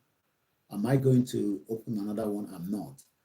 I've given those that needs to know me for the period of time that I was on TikTok. We had about 16,000 followers, 100,000 likes within the space of 3 months because of the kind of content I was putting there. The truth, TikTok doesn't like that. But do you know that in Jemokwe, TikTok allows Fulani terrorists from Nigeria to have an account and they are posting themselves. Whether they've taken it down, I don't know, because I don't have any TikTok anymore.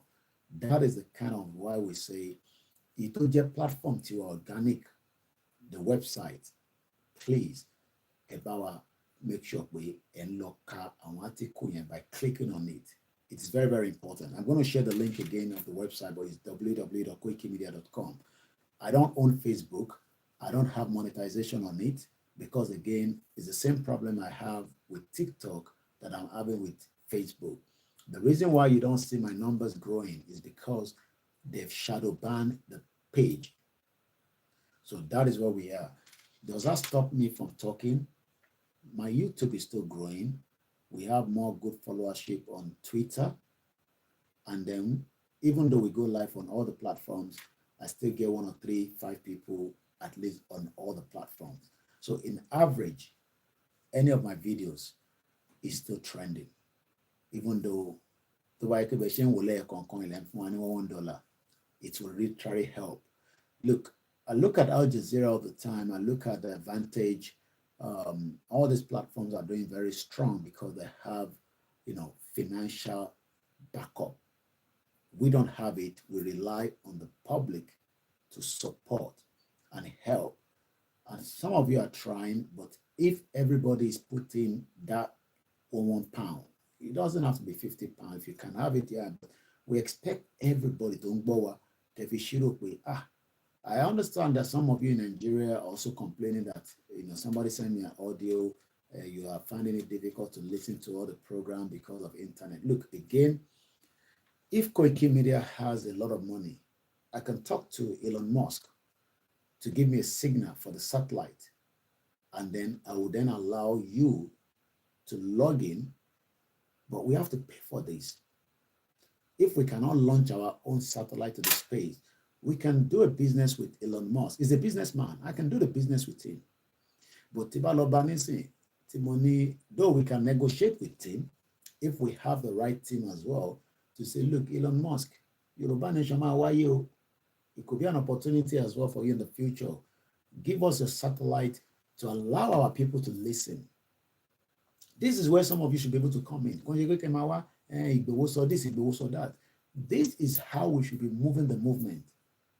Because Elon Musk can open the satellite link, send it to Southwest, and then give us a code and allow you to subscribe there for maybe 1 hour. After 1 hour, I disconnected. It's happened. You just register. At Heathrow Airport, you cannot go after 45 minutes. What's stinging on the UK airports? But there's some airports where it is open, and there's some airport that is not even open. But the UK is about 1 hour. But I can go to my library outside, and I can still use internet for a certain amount of hours. So if we have Elon Musk, that partner with Igwe, this is where some of you should come in. Knowledge, thesis, PhD, masters, business plan. So from Elon Musk, business but Elon Musk, money X amount of money. Satellite fún wa. Bandwidth kékeré tó lè fún 50,000 people to start with. Ní access internet in Southwest. So this is how we should start thinking. But if otherwise, we must also think about how do we get the message down. Printer taman print pẹ̀lú ẹ̀ ní ìsàlẹ̀. Ojoojúmọ́ ni bàbá yẹn send messages sí mi pé ṣé printing kankan mọ́ ni. I mean, I don't understand where we say we are doing a movement. Àwọn sọ̀rọ̀. We need to also have print. Àwọn tó wà nílé wọ́n need kankan níbi paper tó máa kà. Tó bá lè rí wa online. How do we do all these things? It is money. So movement tó ń ṣe nǹkan kékeré. And this is how we're going to crack the code. We're going to crack the code. Yes, it's good that we are coming now because money Wi-Fi in the but I pay £50 or thereabouts. But into one Nigeria on access. I want to crack a code in here that might penetrate every single space to one Nigeria. Titi de buka, titi. Even if they don't attack, they don't generate that anybody. I had a shima coin dada. Because I got a problem. I want to know what solution. Àti mọ̀ pé kò ní future, ìlú tó ní future ní Nàìjíríà, ìlú òfò ni, kò sí future kankan níbẹ̀. Bí ọ̀kan bá sọ fún yín pé future ẹ jẹ́ n sáré start because máa help àwọn brothers mi àlùkà àti ìmọ́lẹ̀ Yorùbá. But mo mọ reason tí kò mú ní láti link up pẹ̀lú software. So jẹ́ n fi fóònù kí n kàn fi start káwọn náà kọ́ kí signal lọ lórí fóònù wọn. Because at least platform méjèèjì yẹn tó fún mi access nísìn. Opportunity ló jẹ́ fún mi. Okay, down to my phone lane, and I've been my switch Koiki off. Again, can you come out and put money in? At least I should need more than half an hour, but only have to be DJ copy. Only Joya. Would judge your lucky little Jay. Say your love fries, Lindy. Fine girl looking sexy. Could the tea lock? Okay, 3 days ago, must you lay already? Your love from the jet. ọmọ bàbá olówó àgbàdàn ayé ẹ̀ǹtẹ̀ bá mọ̀ ẹ́sọ́ fún kí bàbá ẹ̀ kó wá darapọ̀ mọ́ Yorùbá nation. Èmi ò mọ̀ yẹ kí n ti pàdé ẹ̀ níjọ́ kan ní London School of Economics but mo miss event yẹn. Tó bá yẹ pé mo ti mọ̀ ni àmọ́ bá sọ̀rọ̀ lẹ́yìn bọ̀tà àdẹ̀mọ́ báyìí. Bàbá ẹ̀ ti kówó fún Sanwó-Olú. Ẹ má bínú máa end delay so kí n lè start ilé níbí báyìí. Because phone is easy láti fi ṣe Facebook yẹn tó mo fẹ́ ṣe. So kí ni mo bá lọ ni pé we must find every solution. Ṣé rí tá bá ní kò possible, ó possible but we must be able to crack the code. Ó dà pọ̀rọ̀ yẹn la máa lò nísìn. Peter Pan mo kí Ìyọ́lá Adédoyin mo fi tọwọ́ kí mọ̀ ẹ̀ káàbọ̀. We gotta crack the code. Gbogbo tó bá dẹ̀ gbà la máa fi crack ẹ̀. Tó bá yẹ pé gbòòn kí kinní la fi crack ẹ̀ ni so be it. Tó bá yẹ pé ká fi gbé mọ́ra náà ni so be it. Tó bá yẹ pé ká má fi gbé mọ́ra ẹ pé yẹn lẹ́ ń bínú sí. Mo ti sọ ti máa sọ ní the beginning of the show ẹ̀yin tẹ́ bá ṣe darapọ̀ ẹ máa ní láti rewind láti lọ gbọ́ gbogbo tí mo sọ at the beginning. I'm not repeating myself because kò easy láti máa sọ̀rọ̀ náà. Ẹ má bínú mo fẹ́ start àwọn tàlùkà àti ìmọ́lẹ̀ Yorùbá. Okay, mo lè gbé lọ sí central office náà. so ká kọ́ tó fi gain traffic àwọn tó wà níbẹ̀ yẹn náà. So every little helps náà ni. Yeah, I think it's better like that. So kí ni mò ń bá bọ̀ tá à ń sọ lọ lẹ́ǹkan, mo kí gbogbo lẹ́ǹkan sí èní ti di 16th, mo kí gbogbo yẹn tẹ̀ ń ṣe birthday nínú month of January 22, 23rd ẹ pàdé wa ní Ìgbòho town, ẹ pàdé wa gbogbo ẹ̀ tẹ́tí raṣọ ẹ ṣe gan ni, gbogbo ìyá wa tẹ́tí raṣọ labroad ẹ jẹ́ káṣọ yín tètè dé, probability wà kò tí confam nǹkan kan lè ṣẹlẹ̀ náà ní London, probability ni mo sọ kò tí wà confam fáwa tá a lè lọ àpòkò ń ṣe gbogbo náà la máa lè lọ. So there is a plan, but we hope it will succeed and it can happen on the Friday the 23rd. Kò tí wà confam, tàbá ti confam ẹ̀ máa jẹ́ kí gbogbo wa mọ̀ so that ẹ mọ̀ bí tí ó ti máa happen. Ìbókù là ń ṣe, wọ́n ṣòkù náà láàrin ọ̀sẹ̀ ní London. So gbogbo yẹn náà and work towards it. So there's a lot of things behind the scene. Kọ́lọ̀ kó fún àwọn tó ń plan ẹ̀ kó fún wọn ṣe lágbára lọ. Mo kẹ́yìn tẹ̀ ṣe darapọ̀ mọ́ wa lórí àwọn new platform tàti ń darapọ̀ mọ́ wa ẹ ṣe gan ni. Now let's continue. Nígbà táwa ń wo future Nigeria, ṣé kákọ̀ máa gbọ́ ọdún kó jẹ́ yẹn ibẹ̀ yọ I don't think we need such ní ibi tá a dé nísìnyí. What we should be talking about is kí ni future tàwa ìran ọmọ Yorùbá èyí táwọn ẹ̀yà tó kù báwọn bá náwọn tí kúrò ní Nàìjíríà, but kí ni future tàwa nínú Nàìjíríà? Ṣé future ta fẹ́ tó yẹ pé bí mọ́ṣáláṣí náà bá tẹ̀lé pé ó wà ládùúgbò mi, wọ́n gbọ́dọ̀ ní respect fún aráàlú. Bílẹ̀ ṣe ṣú tó nísìn ẹ rí pé voice mi ó drop díẹ̀ gan sí. Ìyàwó mi lẹ́ẹ̀kan tó fi máa lọ sókè ó ń juwọ́ sí mi pé ṣé mo ṣáwọn fáwọn ti sùn àti neighbor, because mo kí pastor mọ́ mo rò pé mo kí látẹ̀ǹkan mọ́ mi ẹ káàbọ̀ ẹ ṣe gan ni mà. Mo dẹ̀ kí gbogbo yín bàbá wa àti ìyá wa nínú Olúwa. Èmi náà ni àbúrò yín ọmọ yín Koikimedia. Mo ní ẹni media tó dáa tó lè respond to anything even in emergency. Mo dẹ̀ láwọn team tó strong dáadáa afẹ́ gbà sí but àlówó ta lè fi employ more. Àwọn tó wà lọ́wọ́ mi ṣe fi tọ́jú wọn dáadáa.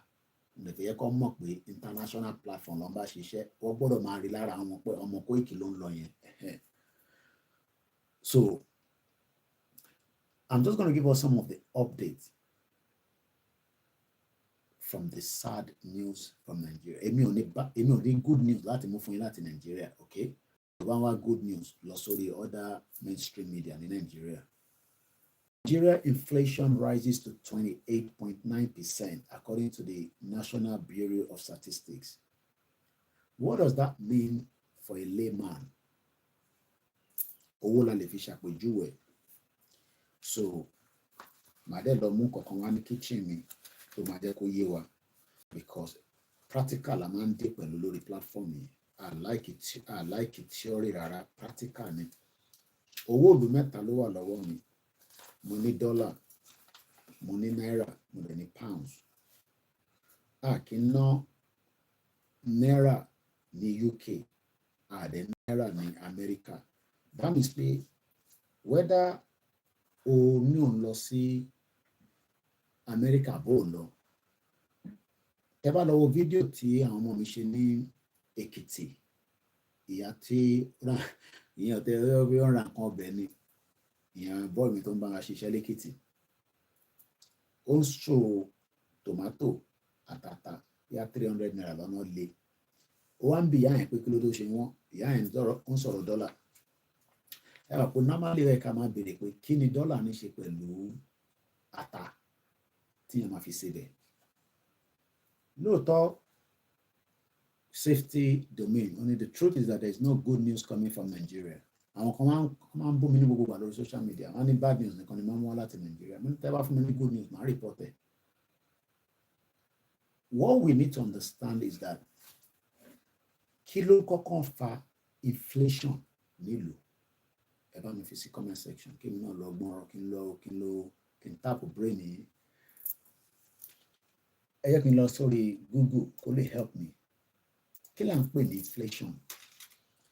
Kò wá síbi tí kò sí inflation o. Mo ń wo Vantage News lálẹ́ fall ló máa ń ṣe but tí n bá ti ráyè wò ní fall yẹn máa tún wò. Ó ń sọ̀rọ̀ nípa inflation ní ṣé Bangladesh kan ló dárúkọ? Bangladesh. Ta ló mọ ìlú tó ń pè ní Bangladesh? Ta ló ti gbọ́ Bangladesh rí? Ẹ jẹ́ ká kọ́kọ́ lọ fún yín ní background Bangladesh. So Bangladesh wà ní South Asia. Bangladesh to the east of India on the Bay of Bengal is a South Asian country marked by lushy, greeny, and many waterways. It is Padman, Magaman, Magna, Januma rivers created fertile plains and travel by boat. Wọ́n pọ̀ bí ẹrú. Population tí wọ́n náà bí tọ̀dọ̀ tiwa ni. Bọ̀kọ̀ tó tiwa. It's even a good pé mo rántí Bangladesh kakọ̀ tún lò ní ọ̀rọ̀ nísìn. According to World Bank ò lè àwọn ló ń determine ibi tó ti máa yáwó àti IMF má yáwó níbí tó bá follow wọn ó ti jẹ́ tán. Gbogbo population wọn is 169.4 million. Ṣé rí pé kò tó tọ̀dọ̀ tiwa? Okay. Ẹ jẹ́ mú kankan wá ní kitchen mi. I love practical.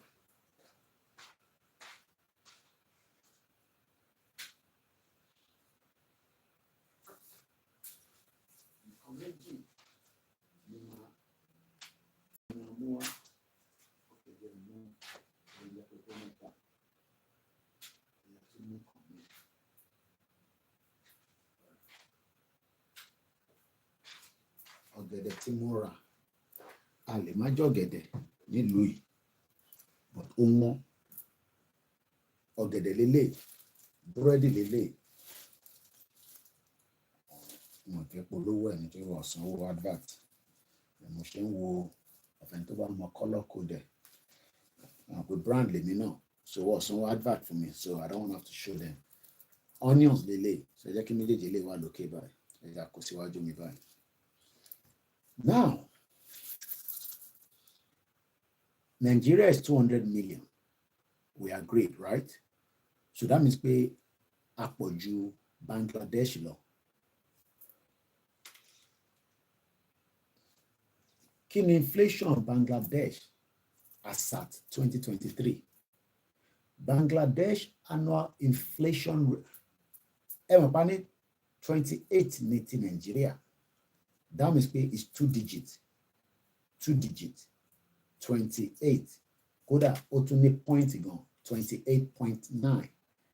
That means pé èèyàn sọ pé 2 digits. But Bangladesh náà wà ní àwọn náà ní inflation.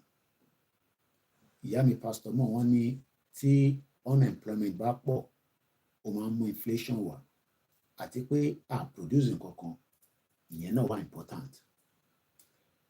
According to the news, Bangladesh annual inflation rate eased one lọlẹ̀ díẹ̀ to 9.4% in December.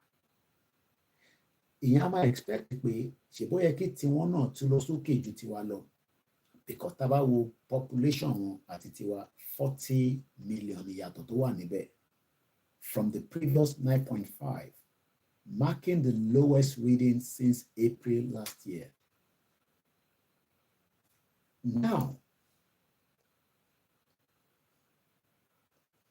news one. United Nations, Bangladesh inflation comes down to, okay, even as at now, one of the come down is 6.8. So that is to drop more than the 9 point something to what they led. Consumer price inflation, CPI, in Bangladesh is expected, no, Oshiwa is expected to decrease from 9.6 to 6.8, according to the latest report by the United Nations. Despite this, the United Nations notes that the real GDP growth is expected to decelerate in 2024. They are not expecting to have any kind of growth lọ́dọ̀ tiwọn náà ó máa decelerate ní 2024. Ìwọ tó wà Nàìjíríà ìdí tẹ́ ṣe ń complain ara ṣe ń kan yín gan pé kí ló ń ṣẹlẹ̀ nílùú ìkẹ́ àbí no, it's because nígbà tí Nàìjíríà ní owó in the 80s, in the 70s, nígbà tá a ṣàgbákò parí epo in the 60s, the increment of the devil, owó yẹn wọ injected padà sínú Nàìjíríà, wọ́n kọ̀ kó gbogbo owó yẹn jáde, olúkálukú fi tiẹ̀ ó lọ fi gbádùn ayé wọn káàkiri gbogbo àgbáyé. Àwọn Nigerians kan ló ń ṣiṣẹ́ yẹn, Nigerians ni wọ́n kọ̀ lò as a proxies, òyìnbó ló wà lẹ́yìn bọ̀ dúdú ló gbé síwájú. So lọ́kàn tiwa nísìn àwa kàn rí pé gbogbo wa wà ní Nàìjíríà, but now la ṣe wá realize pé kò sí nǹkan kan tó ń pè pọ̀ fún wa ní independent. We never got independent. So, but many Nigerians today still argue that you have independence. How can you have independence? Oh, the rebellion. How can you have independence? Oh, the alubosara. Báwo lèmi ṣe máa wà ní abroad? Kò ń ṣe pé mi náà ó easy níbí báyìí, but initially jẹ́ dodo, ọ̀gẹ̀dẹ̀ dodo. Èsì kìíní kan táyé ilé bá jẹ́ 28% according to brother mi. This man wanted to only inflation means more suffering. Èmi náà tálákà bí ti yín ni mo jẹ́ social media.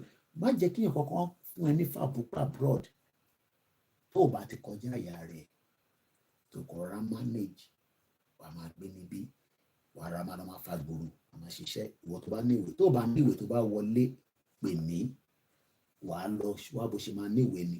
Má lọ ṣiṣẹ́ o, tó bá ṣiṣẹ́ tó bá gbé ẹ ọ̀la nísìn la máa mọ̀ bí wọ́n gbé yín lọ sí Rwanda, but àwọn ò nígbà kan gbé yín lọ sí Rwanda. Prime Minister máa sọ̀rọ̀ lọ́la lórí ẹ̀ àti gbé lọ sí court. Supreme Court sọ pé wọ́n gbọ́dọ̀ gbé anybody lọ Rwanda. Ìjà tá à ń jà nìyẹn níbí báyìí náà, ìyẹn fọ́nà dá màtà nìyẹn. But báwo lẹni tó wà labroad tí kò wá òkè ní Nàìjíríà tẹ́lẹ̀ fún dikun àbí dikejì tóun dẹ̀ rò pé àbí ìdílé mi ló ń ṣe mí ni àbí nǹkan kan, ó dẹ̀ kúrò ní Nàìjíríà, ó dẹ̀ gbáhùn ó dé UK. Èmi á máa fi UK ṣe example because ìgbà ilé mi gbé. Nígbà tó wá dé UK yẹn, just even as a student, ó dẹ̀ ń jẹ oúnjẹ mẹ́ta, ó dẹ̀ wà okay. Kí ló dé tí kò wà okay as a student ní Nàìjíríà? Number one, student tó ń ṣe ní Nàìjíríà kò ní value system. Opportunity wọ̀ fún màá ṣàlàyé fún ẹ. As a student tó jẹ́ pé student ló fi wọ UK student visa, o ní right láti ṣiṣẹ́ 16 hours. Nínú 16 hours yẹn UK ti break it down. O gbọ́dọ̀ san owó ilé, o gbọ́dọ̀ yẹ owó mọ́tò, you know, the normal expenses. But wàá sì lè dáná níwọ̀nba tí agbára ẹ bá ká tó kù wàá fi jẹun. Kí ló wá dé tí the same set of ẹ̀yin tẹ́ wà ní Nàìjíríà tẹ́yìn dẹ̀ jẹ́ the same. Mo sọ àwọn tó wà lọ́fíìsì ní sinmi ọ̀ṣọ́, àwọn tó wà lọ́fíìsì ẹ̀mọ̀kan ẹ̀ka ẹ̀kọ́ máa gbádùn. Ẹni tó wà lọ́fíìsì ní Nàìjíríà ó yẹ kó máa gbádùn gidi. Wọ́n ti fìyà àti òṣì kò ń ṣẹjọ́ wọn. Ìlú olórí burúkú tẹ̀ ń pè Nàìjíríà tí kò ní ṣàǹfààní tí wọ́n wá ń ṣàdúrà fún because bàbá tó ṣiṣẹ́ 20 years kò tí mọ̀ bí wọ́n máa gba pension. Mọ̀mísí mi ní sí wọ́n san pension fún, ó ti ṣiṣẹ́ nílùú yìí. House of Lords ni mọ̀mísí mi ti retire. Báwo làwọn èèyàn ṣe máa retire nílé tó ṣètò máa lọ máa jówó kù síwájú gọ́vnà ẹgbà wá ó à ń sunkún bàbá yìí ti kú. Àwa tún á ń dáwó fáwọn actors àti actress British kan náà ọkọ ẹ wọn ní àkó 280,000 fún wọn. Àwa fi wọn ta yín lórí social media nígbà tó yẹ pé wọn ní pension pot. Gbogbo àwọn actor yẹn yẹ kó máa dáwó díẹ̀díẹ̀.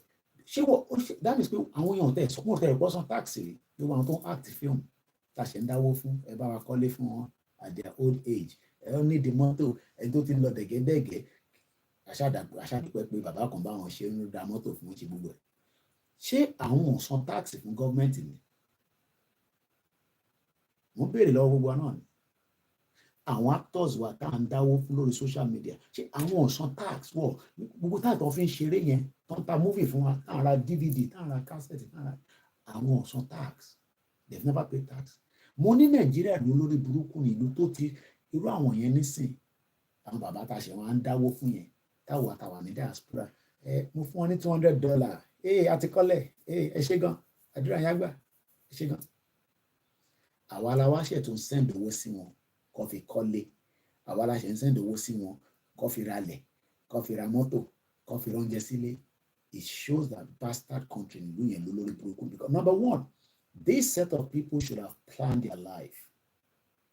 Ṣé mọ̀ pé èmi ò ní láti lọ mọ́ ẹlòmíì, mọ́mísí mi ò ní láti ṣe máa pe Nàìjíríà pé ẹ bá mi send owó wá nítorí pé UK government ò san pension wọn.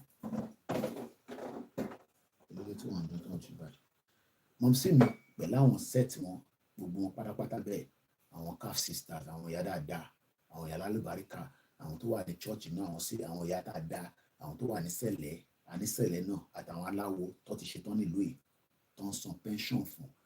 Ṣó mọ̀ pé automatic ni owó yẹn máa ń bounce sí àkáǹtì wọn gbádà. Ìyá mi kan ti mọ owó ó ti mọ time tó máa dé tó bá yẹn bá wá gbowó yẹn á tún wá ṣe padà sí owó lórí burúkú owó tó ní kó fi máa gbádùn ayé wọn pé wọ́n ti ṣe wàhálà á tún wá sẹ̀ǹdẹ̀ sí Nàìjíríà ò tún ní wá ní appreciate wọn. The question is kí ló ń fa inflation?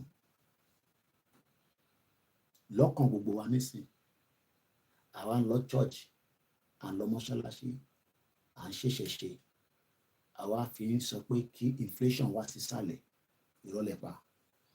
Mo ní kẹ́yẹ́ máa disrespect Ọlọ́run. Ọlọ́run ò ṣe disrespect. We are liars. We are all complete liars. Reason is that when Nigeria was making serious money, they never planned for the future. Tansolini. Wọ́n wá ní parent listen to your teacher. Àbí kí bá lóyún kan yẹn. Àbí children listen to your teacher. Àbí whatever. We are the future of tomorrow. Èmi yà tètè sá lọ nígbà tó di pé mo rí pé kò sí o mọ̀ pé orí yẹn tẹ̀mí sá lọ pé ìyá mi náà rí pé kò sí future nílùú yẹn. Kò wá ṣe pé àwọn kan ò ní lọ́kì o. Ìlú burúkú ní Nàìjíríà ó lè dàrọ̀ la nísìn kíyàn kan yàgbẹ́ kíyàn kan láìkẹ̀ kó bẹ̀rẹ̀ sí dáwó fún. Àwọn kan á máa lọ bẹ̀ Ọlọ́run pé Ọlọ́run jẹ́ kí èmi náà rí grace báyìí. No, need irú grace yẹn. We need an economy and a system that works so that wàá lè jẹ búrẹ́dì.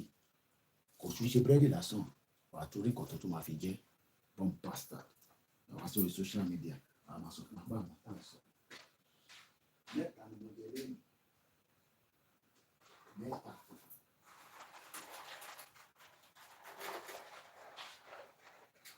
At least the basic things of life. Eléyìí ní ra níjẹta ìtẹ̀mọ̀síjọ́ tí mo lọ sí store. Méjìlá ni mo rà. Nínú méjìlá yẹn okùn mẹ́ta ẹyin mẹ́ta ni mo jẹ àgbàlagbà ni mí mo gbọ́dọ̀ máa jẹ ẹyin méjì 2024 ni wọ́n dẹ̀ ní ẹyin dá lára okùn mẹ́ta nínú méjìlá tara. Ìyàwó mi tún wá lọ sí store òun tún wá gbé 24 wálé.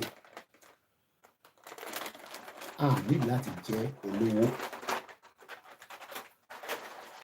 O ní láti jẹ olówó kó tó jẹ yẹn àti bread. Ìta ń béèrè fún nìyẹn. Èyí tó ń pè ní Yorùbá nation láǹsọ nìyẹn. Because Nigeria ò fà wá ní kínní for 64 years. Mo kí dáàdi wa Gbógi 1881 rather ẹ káàbọ̀ sà. Mo kí gbogbo ẹ̀tẹ́ darapọ̀ mọ́ alátọ̀dọ̀ àwọn àlùkà àti ìmọ́lẹ̀. This is the reason we're asking for Yoruba nation. So when some of you are coming to challenge us, don't compare Nigeria with UK.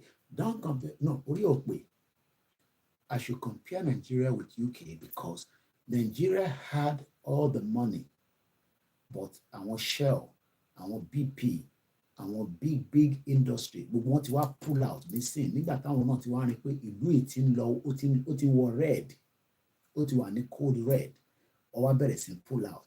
But inú Nigeria lọ ti sọ́ọ̀kì blood wa dáadáa. Some of you will not even get a pension.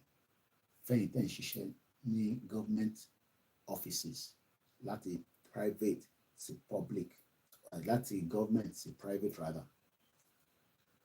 Ṣùgbọ́n why? Because wọn ò tí ì san pension fáwọn tó ti ṣetán láti bí abi some years back. Ẹlòmíì ti ṣetán báyìí. Béèrè lọ́wọ́ àwọn parent ẹ̀ tó bá ṣì wà láyé. Èyí tó bá ti kú ṣé wọ́n san pension fún wọn láwọn tó ṣiṣẹ́ ní government. They don't. So all this is now. Wọ́n wá ń sọ fún wa pé Jagaban ti dé bẹ́ẹ̀. Ó máa resolve gbogbo problem yẹn is lies. Let's go back to inflation again.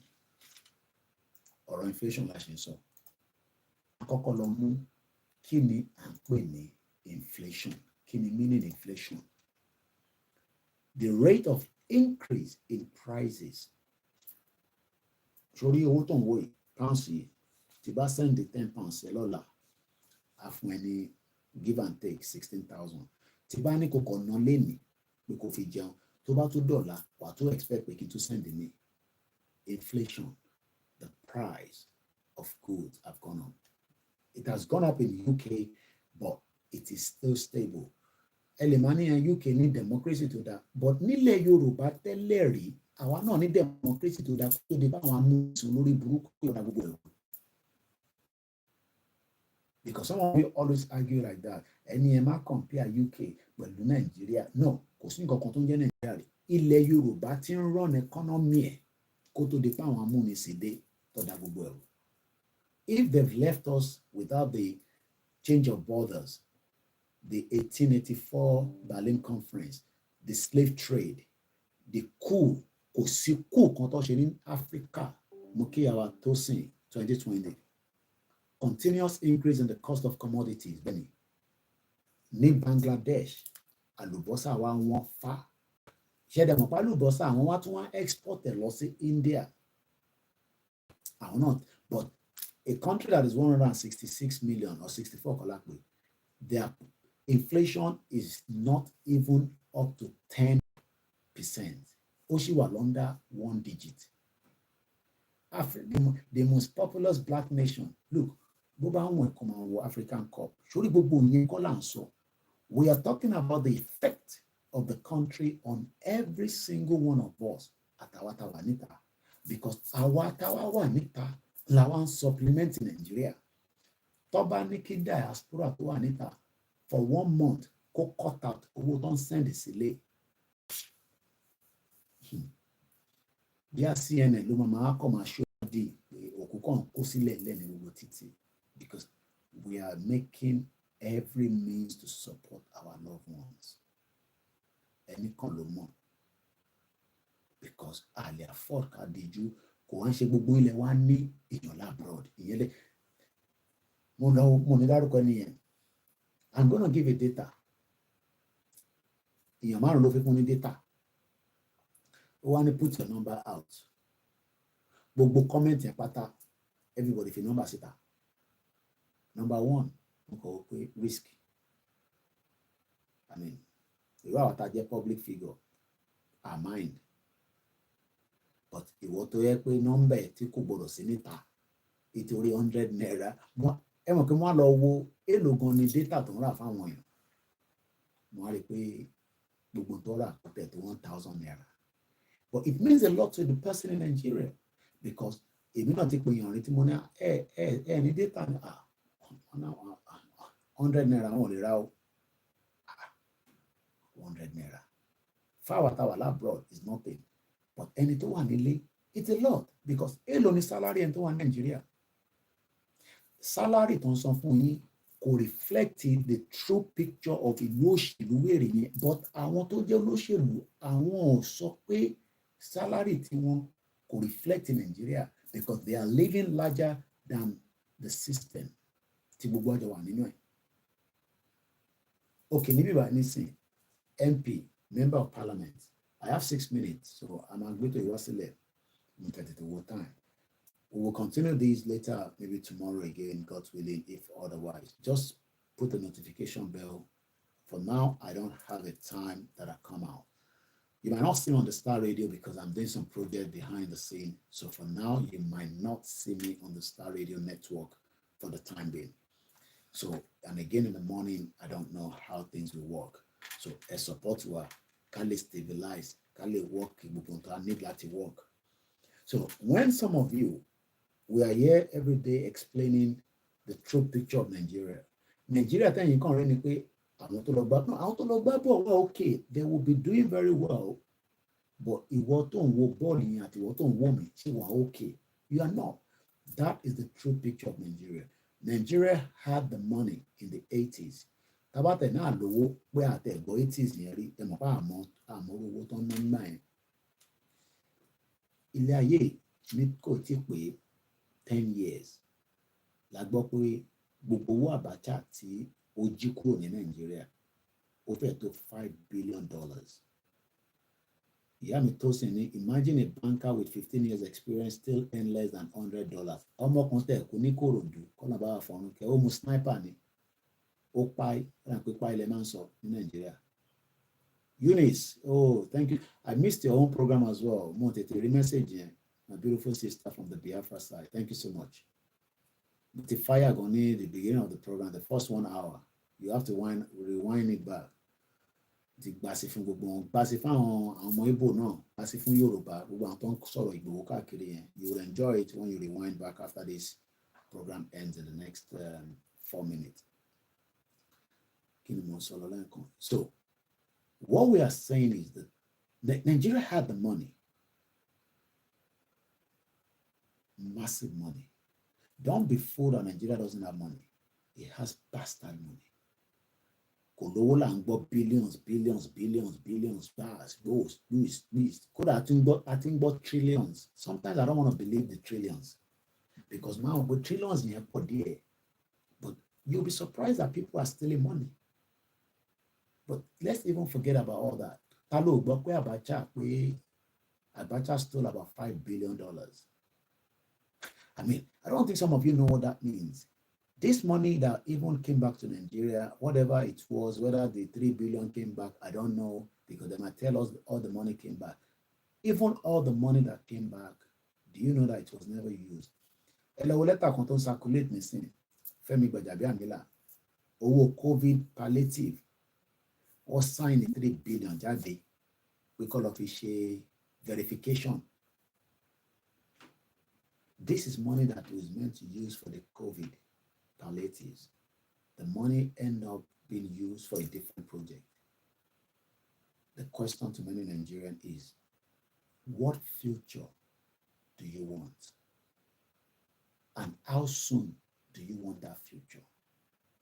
I know some of you want the future, but probably maybe future to bati darugbo. Oh, to bati darugbo lo fiche magun Mercedes amara fún lórí social media. Because all I see from our actors and actresses is that they never had a future. I'm sorry to say, not that I hate any one of them. It was a dead future. We were now raising money for them. Even send there wasn't but I want to send that to diaspora, I want to want Nigeria. Because not everybody in Nigeria do ideology. I want to come okay. Money don't have from in Nigeria. Could they be abroad? So what we are saying is that, how did we get to where these are meant to be people that we look up to? Àwọn tó ń ṣeré ìtàgé, àwọn tó ń dárayá fún wa, tó ń ta máa ń wò bí àwọn mo fi dárúkọ wọn, we all know them. Àṣewà ń raise owó fún wọn. Èmi ò kọ́lé, èmi ò tẹ̀ ralẹ̀, èmi ò tẹ̀ ní dis kò ní dá, èmi ti sick pasára. Ṣùgbọ́n pé irú àwọn èèyàn bẹ́ẹ̀ kan bó ṣe jẹ́ star tó sick yẹn kí hospital kan wà tó yẹ pé tó bá ti ń wọlé báyìí bàbá ló dé báyìí ìyá ló dé báyìí kọ́ fún wọn ní treatment. Àṣewà ń raise owó fún wọn lórí social media. Ìwọ tí wàá jẹ́ ọ̀dọ́, ìwọ ṣé wàá sọ pé ní future nínú Nàìjíríà ṣó lè pé ó yọ̀ pé. Because tó bá nílò àkáyè ni àwọn tá à ń bá raise owó yẹn future kan lọ́tì future tí wọ́n yẹn ti dead nínú Nàìjíríà. Ìwọ wá rò pé ìwọ máa build Nigeria tó máa wà to your own future. Kódà tó bá tẹ̀ ń ṣe yahoo tó ń ṣe drug tó ń ṣe this tó ń ṣe that, ìyẹn ṣe future because ìyẹn ṣe stability money.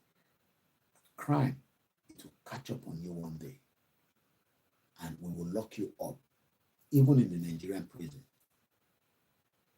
Ṣùgbọ́n ojoojúmọ́ láàrin tẹ́ ń gbé drug tó fi gbé jáde. Máa sọ fún mi pé ọmọ Igbo nìkan, ọmọ Yorùbá náà fi gbé drug jáde. Ọmọ Yorùbá tó wà gbé drug jáde. No, nígbà tó ti ń gbọ́ social media, òkú tó sin, ìjọ tó sin òkú, ìjọ kejì àwọn kan lọ gé orí ẹ̀ nílẹ̀ Yorùbá. Ṣé ọmọ Igbo náà nìyẹn? Ẹ máa tanra yín. Màá sọ Nàìjíríà fún ẹ. Tó bá ń gbọ́ Nàìjíríà, inú á máa bí ẹ, wà á máa wọ̀ pé Koiki kí la lè ṣe, níta lè ṣe ni pé kí gbogbo wa, mo ti fẹ́ parí, kí gbogbo wa ń kọ́ kájọ fọwọ́ kún ọ̀rọ̀ Yorùbá nation. Tó bá jáde wo nìkan ló mọ̀ pa, máa pa. Àní kẹ́ kó bọ́n jáde tó dáa níbọn. Àní kẹ́ dà lóru.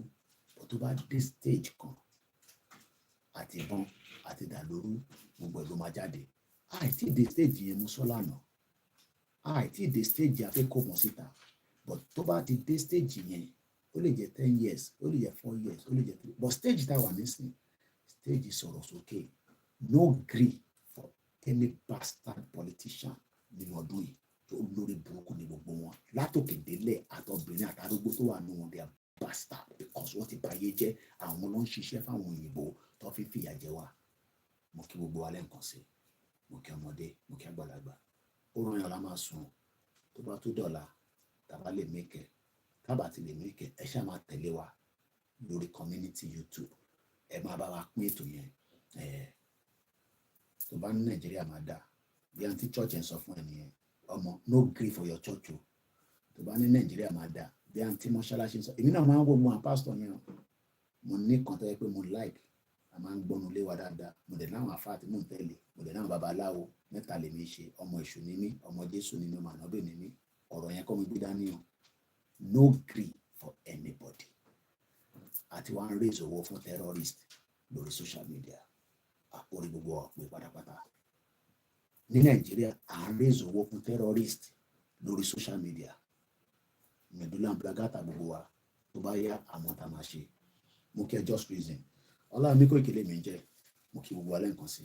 A máa kọ́kọ́ end Koikimedia. Como fi play anthem látòrí ẹ̀. Thank you so much for joining tonight. Lẹ́ǹkan sí. Tó bá gbọ́ láti bẹ̀rẹ̀, bí àtòrí òní data, Igwe has every right. Tó bá kí Tinubu bá bí ẹ, lọ́wọ́ hold the transformer. Tó bá dẹ̀ ń gbé labroad, wá expressway tó dáa, tílẹ̀ bá ti ṣú kó wọrí síbẹ̀ kí tépà kó gbá ìdànù. Mọ̀jàmọ̀sá la fi mọ̀ kíkanjú. Ìwọ náà jáde kó lọ ṣe tí Igboho bá ṣe. Ẹ má béèrè pé bó ló ń gbé wa lọ. Igboho làwa dúró tì. Ọlọ́run á dúró tì. Ọlọ́run á dúró tì bàbá Akíntóyè. Gbogbo àwa tá wá dúró tì, tá dúró tọ̀ntọ̀n, a máa dúró tì báyìí ni. Tí wọ́n bá wá fẹ́ dúró tì, kò ṣe dandan. Kódà o lè má porúkọ wọn. It has no responsibility for you.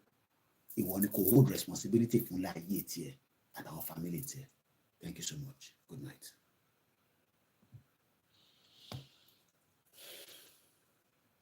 So I'm going to play anthem. We'll close the broadcast. Thank you so much. Mo kí gbogbo alẹ́ nǹkan sí o. Yoruba nation no going back. Odò agbéwà kò ní gbé ọ̀dàlẹ̀.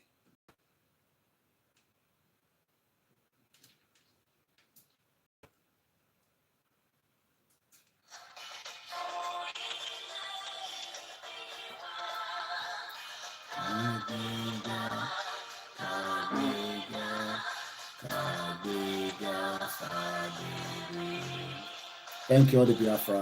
Good night. Batiberu la bono, kashishe, kajola, ishakonato mira, nikejeka malekba, tẹ̀síwájú. Ọ̀pọ̀ ire. Mo kí bàbá wa Táíwò Ọlárìnwájú ó dàrọ̀. Ọmọ Odùduwà. Ọmọ Odùduwà dìde. Ọ̀sìn ipò ẹ̀tọ́ rẹ̀. Àìrọ́ ni ìmọ́lẹ̀ ògo adúláwọ̀. Àwa ni ìmọ́lẹ̀ ògo adúláwọ̀.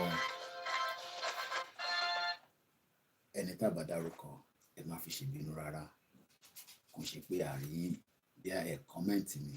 Good night. Thank you so much. As usual, eléyìí tá a kàn máa play I think close the gbogbo broadcast yẹn lẹ́ẹ̀kọ̀ọ̀kan ni. Bye for now. Ìwọ náà lè lọ ṣeré ilé so that màá lè máa gbórúkọ tiẹ̀. But for now, you don't see Igboho nìkan la gbọ́.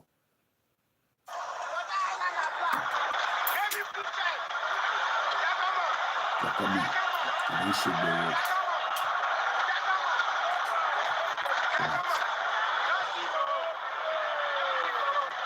Igboho, I'm not really confused. The love is too much. The love is just too much. I'm a new for him. I told you I'm new for. I can't help you, sorry. Good night. Navy blue shirt. Just come on. Just come on. Thank you so much. And make sure that I subscribe to continue. The love is too much. The love is too much.